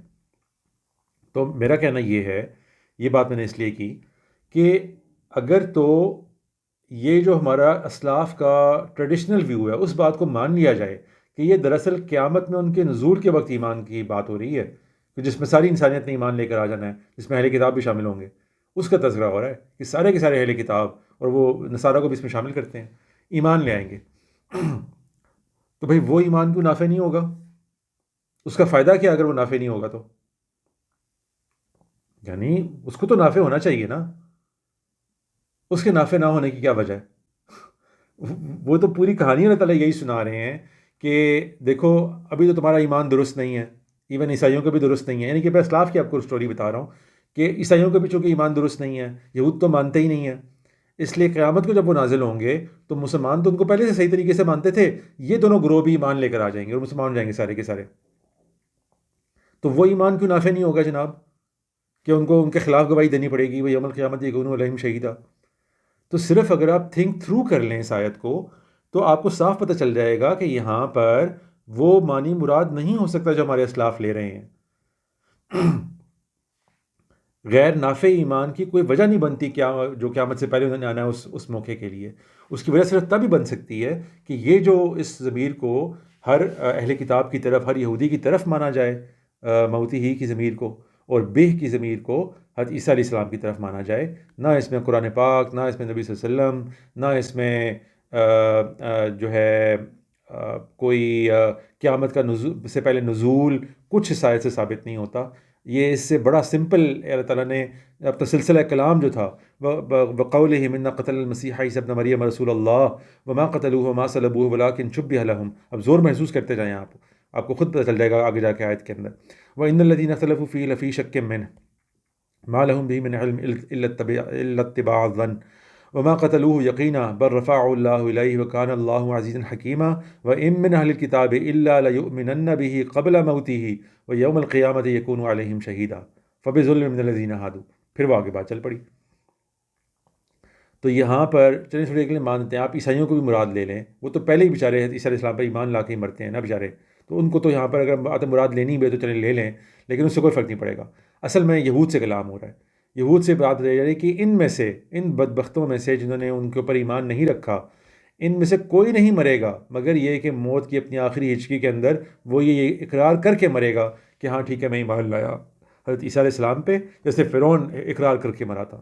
اس کا فائدہ نہیں پہنچے گا، یہ تو اس کی ہزیمت کا باعث ہوگا کہ اب جتنا عرصہ اللہ تعالیٰ نے اس کو سلانا ہے، یہ جو بھی معاملہ قبر میں کرنا ہے، اس کے اندر اس کو یہ احساس ہوتا رہے گا کہ دیکھو میں نے زندگی بھر اس کو مسیح کو جھٹلانے میں لگا دی اور مرتے وقت میں اقرار کر کے مرا ہوں اس کے اوپر. یہ بات یہاں پہ بیان ہو رہی ہے. اس کا اس سے زیادہ میرا نہیں خیال کہ کوئی اور بحث کی ضرورت ہے. انشاءاللہ ان دلائل پہ اگر لوگ غور کریں گے تو یا تو مجھے میری غلطی پہ مطلع کر دیں گے کہ دیکھیں اس میں فلاں جگہ پہ آپ سے یہ غلطی ہوئی ہے، اس وجہ سے یہ مفہوم بھی ہم نہیں لے سکتے. تو بڑی مہربانی ہوگی جی میرے پہ، اور میں اپنے انشاءاللہ ویو کے پہ پورا غور کروں گا اور اس کو درست کرنے کی کوشش کروں گا. تو مجھے اس میں اس مقام پر کوئی دقت نظر نہیں آتی. اور غامدی صاحب کا، اصلاحی صاحب کا اور اپنے اسلاف کا جو حافظ زبیر صاحب کا بھی ویو ہے وہ بالکل درست محسوس نہیں ہوتا. یہاں پر سمپل بات یہود کی خاص کر سے، میں بھی نصارہ کو بھی شامل کر لیں، اور بات یہ ہو رہی ہے کہ ان میں سے کوئی نہیں مرے گا مگر یہ کہ مرنے سے پہلے اقرار کر کے مرے گا کہ عیسیٰ علیہ السلام پر ہی ہم ایمان لے آئے ہیں. یہ ان کی ہزیمت کی نشانی ہے. اور اس پر دلیل آگے والا حصہ ہے کہ بھئی یوم القیامت یکون علیہم شہیدا. اگر تو وہ قیامت سے پہلے نزول والی سارا معاملہ اپنے پلے آؤٹ کرنا ہے اس آیت کے تحت ہی، تو پھر تو ان کے ایمان کا نفع ہونا چاہیے. پھر تو یکون علیہم شہیدا کا وہ مفہوم نہیں ہونا چاہیے. یہاں پر تو یہ بات نہیں آنی چاہیے تھی ان کے خلاف شہادت دی جائے گی. تو یہ ہو گیا جی دوسری آیت کے متعلق. تیسری آیت پہ آ جائیں. سورہ زخرف کی ہے آیت 61. اس کو بھی یہاں پہ نکال لیتے ہیں.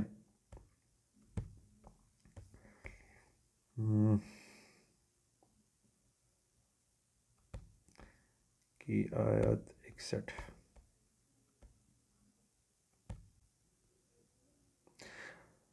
وَإِنَّهُ، تھوڑا سا بیک گراؤنڈ دیکھ لیتے ہیں آیت کا تاکہ آپ کو پتہ چلے کہ ایگزیکٹلی ہم کہاں پہنچے ہیں.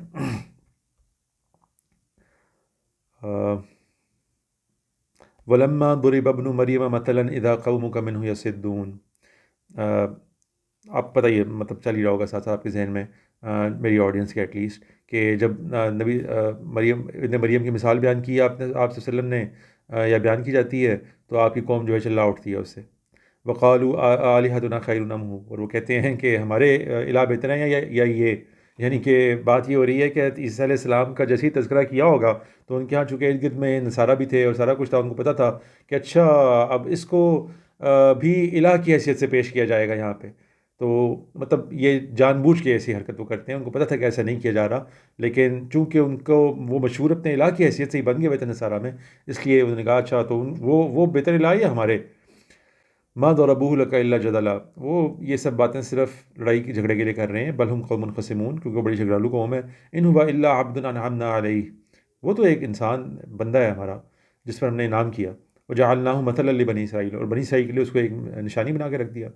ولو نشاء لجعلنا منکم ملائکۃ فی الارض یخلفون، اور اگر ہم چاہتے تو تمہارے میں سے ملائکہ بنا کر ان کو چلتا پھرتا کر دیتے، تمہارے پیچھے وہ رہ جاتے یہاں پہ. وَإِنَّهُ لَعِلْمٌ لِلسَّاعَةِ فَلَا تَمْتَرُنَّ بِهَا وَاتَّبِعُونِ. تو وہ تو کچھ نہیں، مطلب یہ بریکٹ میں آ جائے گا، سوائے اس کے کہ وہ آخرت کی بڑی نشانی ہے، آخرت کا علم بن گیا ہے وہ. فَلَا تَمْتَرُنَّ بِهَا وَاتَّبِعُونِ، تو تم اس کے بارے میں کسی شک میں نہ پڑو اور میری پیروی کرو. یعنی نبی صلی اللہ علیہ وسلم سے کہلوایا جا رہا ہے ان قریش مکہ کو یا یہود کو یا جو بھی ان کا مخاطب ہے. ھذا صراط مستقیم، یہ ہے سیدھا راستہ. تو یہاں سے جناب یہ مفہوم ہمارے علماء اخذ کرتے ہیں، جس کو حافظ زبیر صاحب نے بھی کوٹ کیا، کہ یہاں پر علم للساع کو کس حیثیت سے کہا گیا ہے، آخرت کا علم کس حیثیت سے کہا گیا ہے. تو اسی حیثیت سے تو کہا گیا ہے کہ انہوں نے آخرت سے پہلے نازل ہونا ہے. اس سے پتہ چل جائے گا کہ آخرت آنے والی ہے. آخر کسی چیز کی نشانی اسی طریقے کی ہوتی ہے نا، کہ وہ چونکہ آ جائے تو آپ کو پتہ چلتا ہے کہ اچھا ٹھیک ہے اب قیامت آنے والی ہے. لیکن حافظ زبیر صاحب چونکہ ایک بڑے تفصیل سے چیزوں کو ڈسکس کرتے ہیں، تو انہوں نے کہا کہ ہاں ٹھیک ہے، اس میں یہ چیزیں بھی شامل ہیں کہ ان کو اللہ تعالیٰ نے بہت سے معجزات دیے ہیں. جو بات بیسیکلی غامدی صاحب اور اصلاحی صاحب کرتے ہیں. غامدی صاحب اور اصلاحی صاحب کیا فرماتے ہیں کہ جناب یہاں پہ مراد ان کے بعد میں قیامت سے پہلے آنا نہیں ہے، بلکہ یہ ہے کہ وہ جس قسم کے ان کو معجزات دیے گئے، بن باپ کے پیدا کیا گیا، پنگوڑے میں کلام کرایا گیا، مردوں کو زندہ کیا گیا، اندھوں کو بینائی دی گئی، کوڑوں کو ٹھیک کیا گیا، جو بغیر ان کے ایمپیوٹیز اور اس طرح کے لوگوں کو جو ہے وہ ٹھیک کیا گیا، بیماروں کو شفا دی گئی. یہ کہتے ہیں کہ یہ ساری کی ساری معجزات جو ہیں ان کی طرف اشارہ ہے کہ اس کے ذریعے سے وہ آخرت کی نشانی بن گئے ہیں. اصلاحی صاحب غامدی صاحب یہ کہتے ہیں. تو حافظ زبیر صاحب کہتے ہیں کہ ہم یہ بھی مانتے ہیں اور یہ بھی مانتے ہیں کہ وہ نازل ہوگا. تو یہ تو ایک قسم کا تکمیل کا معاملہ ہو گیا نا، کہ ہم کچھ ایڈیشنل چیزیں مانتے ہیں. تو آپ کا ویو کیسے ٹھیک ہو گیا؟ ہم بھی تو وہ ساری باتیں مان ہی رہے ہیں. تو یہ کوئی اچھی تگڑی دلیل نہیں دی انہوں نے اس کے لیے، نہ انہوں نے دی ہے، نہ غامدی صاحب وغیرہ نے دی ہے. میرے نزدیک اس میں ٹھیک ہے، یہ باتیں تو آ سکتی ہیں یقیناً اپنی تکمیل کے پوائنٹ آف ویو سے، کہ حضرت عیسیٰ علیہ السلام کو بہت سے ایسے معجزات دے دیے گئے جو دراصل اللہ تعالیٰ کے خاص ہوتے ہیں. نہ صرف یہ کہ وہ معجزات ان کو دیے گئے، بلکہ اس کثرت سے انہوں نے اس کا استعمال بھی کیا۔ اچھا، اس پہ میرا اختلاف تھوڑا سا یہ ہوتا ہے کہ یہاں پر اصل میں جو مراد لی جا رہی ہے، اس پہ اس آیت کے بارے میں بہت شور نہیں ہوں، لیکن اس کو اس پتہ نہیں باب میں کیوں پیش کر دیا گیا کہ اس سے کسی طریقے سے قیامت میں آنے والا نزول ثابت ہو رہا ہے۔ میرے نزدیک یہ سادی بات ہے۔ اللہ تعالیٰ نے دو شخصیتوں کا یہود کو، یعنی کہ اپنی جو پوری ان کی انبیاء کی تاریخ ہے، پہلے سے بتایا ہوا تھا کہ بھئی ایک مسیح نے آنا ہے اور ایک اس رسول نے آنا ہے، الرسول نے، النبی نے آنا ہے، جس کو گاسپل آف جان میں کہا گیا کہ وہ جب ان سے پوچھا گیا، 3 سوال کیے گئے کہ اچھا آپ وہ ہیں، اچھا وہ ہیں، تو آخری سوال کیا کیا گیا کہ اچھا پھر آپ وہ رسول ہیں، دیٹ پروفٹ۔ تو بس یہ دو بندے، مسیح اور انہوں نے آنا ہی آنا تھا، اس کے بعد قیامت نے آنا تھا۔ تو اس حیثیت میں ان کو کہا گیا ہے کہ وہ تو قیامت کی نشانی ہے، یعنی کہ اب وہ آ گیا ہے، تو بس اب آپ کو پتہ چلنا چاہیے کہ اب قیامت قریب آ گئی ہے، اور جس کی زبان سے یہ بات ادا کی جا رہی ہے وہ دوسرا بندہ ہے ان میں سے، وہ نبی اکرم صلی اللہ علیہ وسلم ہے، جن کا آنا بھی ضروری تھا قیامت سے پہلے۔ یہ بات یہاں پر اس طریقے سے کی جا رہی ہے، اور اس میں یقیناً ان کی شخصیت کے اندر جو معجزات ہیں اس کا بھی کوئی نہ کوئی رول ہوگا۔ اس حیثیت میں ان کو قیامت کی نشانی کہا گیا ہے۔ باقی یہ کہ اس سے نزول لازماً آ جاتا ہے، تو وہ تو میرا خیال ہے قارئین ناظرین جو دیکھ رہے ہیں ان کو پتہ چل ہی گیا ہوگا، آیت میں ایسا کچھ نہیں ہے بھائی۔ علم للساعہ، آخرت کی ایک نشانی ہے وہ، تو نشانی تو وہ اس طریقے سے بھی بن سکتے ہیں کہ اللہ تعالیٰ نے بتایا ہوا تھا کہ آخرت قائم ہونے کے لیے یہ دو شرائط ہیں بھائی، تو وہ شرائط جب پوری ہو گئیں، جس طرح سورہ محمد میں فرمایا ہے فقط جاء اشراطها، تو جب شرائط پوری ہو جائیں تو اس کو یہی کہا جاتا ہے نا کہ آخرت کی نشانی ہو گئی ہے۔ جیسے نبی صلی اللہ علیہ وسلم نے فرمایا کہ میں اور قیامت یوں مبعوث ہوئے ہیں، تو اس کا مطلب یہی ہوتا ہے کہ بھئی نبی صلی اللہ علیہ وسلم بھی قیامت کی نشانی ہے کہ بس وقت پورا ہو گیا، اب آخری لیب سٹارٹ ہو گیا، اب کسی نبی نے نہیں آنا، اور اب ڈائریکٹلی قیامت ہی آئی۔ تو اس حیثیت میں یہاں پہ یہ بیان ہو رہا ہے۔ باقی غامدی صاحب کی رائے میں بھی بہت وزن ہے، حافظ زبیر صاحب کی رائے میں بھی وزن ہے۔ یہ آیت تو کسی خاص مفہوم کے لیے ہمیں ہیلپ آؤٹ نہیں کر سکتی ان کے نزول کے اندر۔ اس کے مفہوم میں آپ اپنی اپنی اوپینین دے سکتے ہیں، یعنی کہ اصل لفظ تو یہ ہے نا، وہ قیامت کی نشانی ہے۔ اب قیامت کی نشانی کس حیثیت میں ہے، اس میں تو آپ کی بحثیں چل سکتی ہیں کہ اچھا اس حیثیت میں، اس حیثیت میں، اس سے کوئی اس طرح کی کلیئرٹی نہیں مل سکتی آیت میں جس طرح کی کلیئرٹی کم از کم حافظ زبیر صاحب نے درست طور پہ پوائنٹ آؤٹ کی کہ پہلی آیت سے، سورہ آل عمران والی آیت سے حیات کا مفہوم، اور سورہ نساء والی آیت سے نزول کا مفہوم نکلتا ہے۔ تو وہاں پر تو وہ نکلتا محسوس ہو رہا تھا سارا دونوں آیات سے، جس طریقے سے انہوں نے اس کا ترجمہ کیا تھا، تشریح کی تھی۔ یہاں پر تو یہ عام لفظ ہے بھائی، قیامت کی ایک نشانی ہے۔ اور غازی صاحب اور اسلائی صاحب نے بڑا اچھا اس پہ آرگومنٹ دیا ہوا ہے کہ فلا تمترن بہا، تو کہا ہی تب جائے گا نا جب ابھی کوئی ایسی چیز ان کو پیش کی جا رہی ہے ثبوت کے طور پہ، جس کی بنیاد پر وہ ابھی فیصلہ کریں گے۔ یعنی یہ 2000 سال کے بعد، 2.5 سال کے بعد اگر عیسیٰ علیہ السلام نے قیامت سے پہلے نازل ہونا ہے تو وہ تو کوئی ثبوت نہیں بن سکتا ابھی اس موقع پہ۔ تو اس لیے تمترن ساتھ ہی چونکہ کہا جا رہا ہے فلا تمترن بہا واتبعون، کہ تم اس شک میں نہ پڑو اور میری پیروی کرو اس بنیاد پر جو ہم ان کو قیامت کی نشانی کہہ رہے ہیں۔ تو اس کا لازمی نتیجہ یہی ہے کہ کوئی ایسی بات ہے جو پوری ہو چکی ہے، جس کی بنیاد پہ یہ کہا جا رہا ہے، نہ کہ پوری ہونی ہے جس کی بنیاد پہ یہ کہا جا رہا ہے۔ تو یہ بڑا اچھا وزنی آرگومنٹ ہے۔ اس لیے اس آیت پر تو مجھے حافظ زبیر صاحب کی اوپینین میں کوئی بہت وزن نظر نہیں آیا۔ وہ بھی اوپینین میں سے ایک اوپینین ہے، اس کو آپ اگر باقی کسی مقام سے ان کا نزول ثابت ہو رہا ہو تو شاید اس میں ڈال بھی پائیں، لیکن اور کسی جگہ کے ثبوت کے بغیر یہاں سے آپ کچھ نہیں نکال سکتے اس آیت سے۔ اور میں نے آپ کو بتا دیا کہ ایون مردوں کو زندہ کرنے کی اگر وہ بات کی جائے تو اس کی تاریخ تو یہود میں عام ہے۔ ان کے الائجہ نے زندہ کی ہیں، الائشہ نے زندہ کی ہیں، خود بنی اسرائیل سارے کے سارے جب انہوں نے تعالیٰ سے دیکھنے کا مطالبہ کیا تو سارے کے سارے وفات پذیر ہو گئے، پھر ان کو زندگی بخشی گئی۔ تو اس لیے حضرت عیسیٰ علیہ السلام کا مردوں کو زندہ کر دینا ان کو کوئی ایسی حیثیت نہیں دیتا کہ جس کی بنیاد پر وہ قیامت کی لازماً نشانی بن جائیں۔ اس میں زیادہ مفہوم یہی سمجھ میں آ رہا ہے کہ چونکہ ان کا آنا قیامت کے قائم ہونے کے لیے شرط تھا تو وہ آ گئے ہیں، یہ نشانی پوری ہو گئی ہے، تو اس سے نشانی پکڑو کہ وہ آ گئے ہیں، قیامت اب تمہارے نزدیک نہایت قریب آ گئی ہے، اس لیے فوراً سے شک میں پڑے بغیر میری پیروی میں آ جاؤ، اب وقت کوئی نہیں بچا ہمارے پاس۔ یہ ہے جی میری رائے کے مطابق ان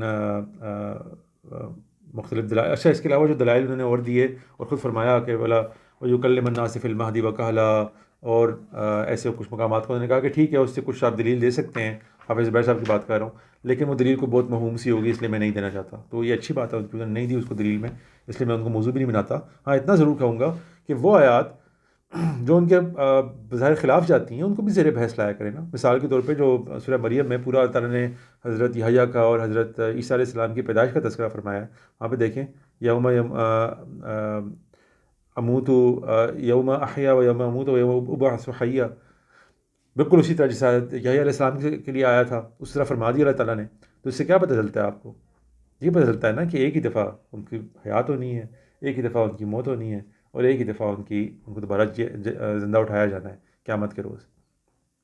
کوئی تذکرہ نہیں کیا وہاں پہ، بالکل آیت یحییٰ کے پیرل میں رکھ کے بتا دیا اللہ تعالیٰ نے، تاکہ یہ گنجائش ہی نہ رہے. صرف الفاظ میں تو ہے ہی ہے کہ ٹھیک ہے تیسری چیز تک کوئی تذکرہ نہیں ہے. اور اسی طریقے سے وہ جو سورہ مائدہ میں جو پورا کلام آیا ہے جی کہ قیامت کے روز اللہ تعالیٰ عیسیٰ علیہ السلام سے کیا سوال جواب کریں گے، وہ بھی انہوں نے ڈسکس نہیں کیا ایٹ لیسٹ ان ویڈیوز میں. وہاں بھی یہی سوال آتا ہے نا کہ حضرت عیسیٰ علیہ السلام پورا واقعہ بیان کر رہے ہیں کہ اللہ تعالیٰ یہ ہوا تھا، آپ نے مجھے بھیجا تھا، میں نے ان کے درمیان جب تک رہا ان کے یہ کیا، پھر آپ نے مجھے اٹھا لیا، اس کے بعد آپ ہی جانے کیا ہوا. کوئی آنے کا دوبارہ تذکرہ نہیں کیا حضرت عیسیٰ علیہ السلام نے. ٹھیک ہے وہاں پہ میں یہ نہیں کہتا کہ لازماً کوئی ہمارا ویو ثابت ہو جاتا ہے، لیکن سپورٹنگ ایویڈنس تو بن جاتا ہے نا. وہی بات جو ہم بار بار کر رہے ہیں کہ اللہ تعالیٰ کے پیش نظر یہ چیز ہی سرے سے نہیں ہے کہ ان کو کوئی حیات ہے اور واپس آنا ہے انہوں نے اس کے بعد نازل ہونا انہوں نے لازماً.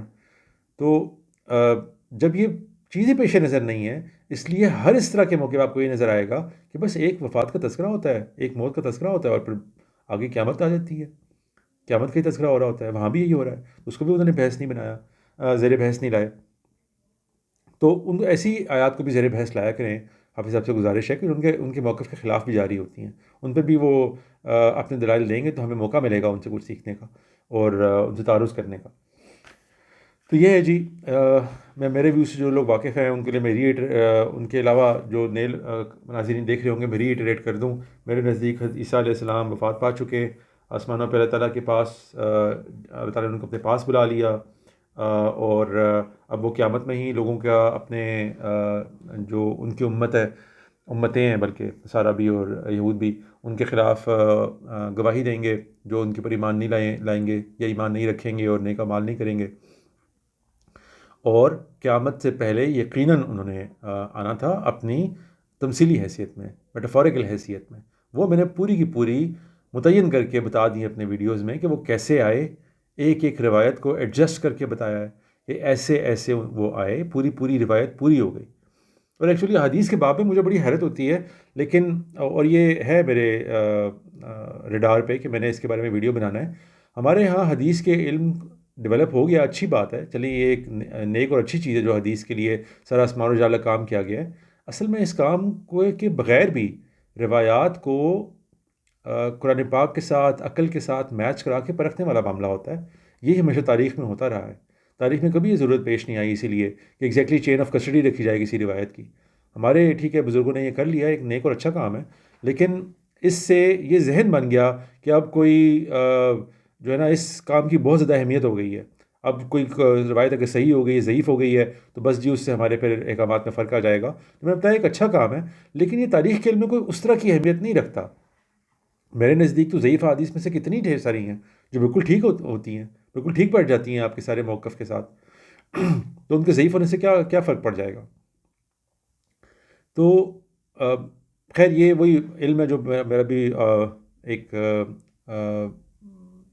کیا اسے کہتے ہیں لیکچر بھی آنے والا ہے، میرے خیال سے 6 تاریخ کو ہے، جس میں قرآن پاک کے اوپر اس زاویے سے گفتگو کر رہا ہوں کہ ایگزیکٹلی تاریخ کے نقطے سے کے زاویے سے کیا مختلف محققین اس پر اشکالات اٹھاتے ہیں، ہمارا رویہ کیا ہوتا ہے، کیا ہونا چاہیے، اصل میں علم کیا کہتا ہے، تاریخ کیا کہتی ہے، کلام کیسے آگے پہنچتے ہیں. اس پر میں بات چیت کروں گا، لیکن بتانا یہی مقصود تھا کہ میرے نزدیک تو اس باب میں نزول مسیح کے باب میں آنے والی بہت سی ضعیف روایات بھی بالکل ٹھیک ہیں.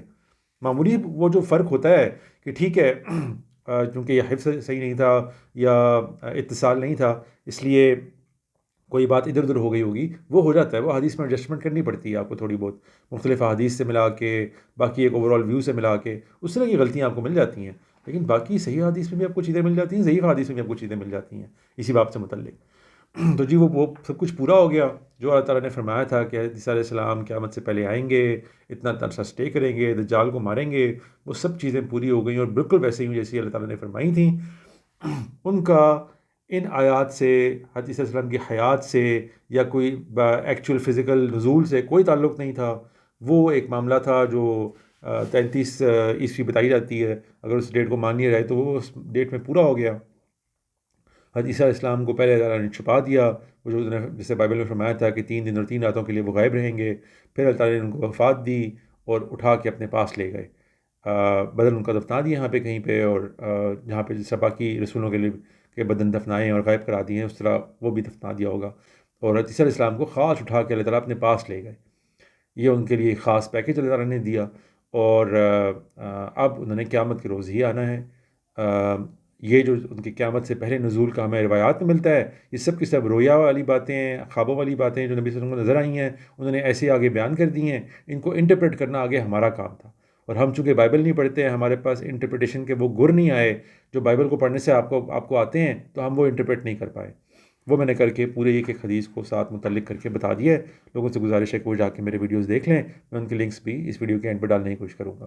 بہت شکریہ جی، مجھے اپنے کمنٹ سے ضرور نوازیے گا، اور کوئی غلطی ہے تو اس پہ مطلع فرمائیے گا۔ تھینک یو جی، السلام علیکم۔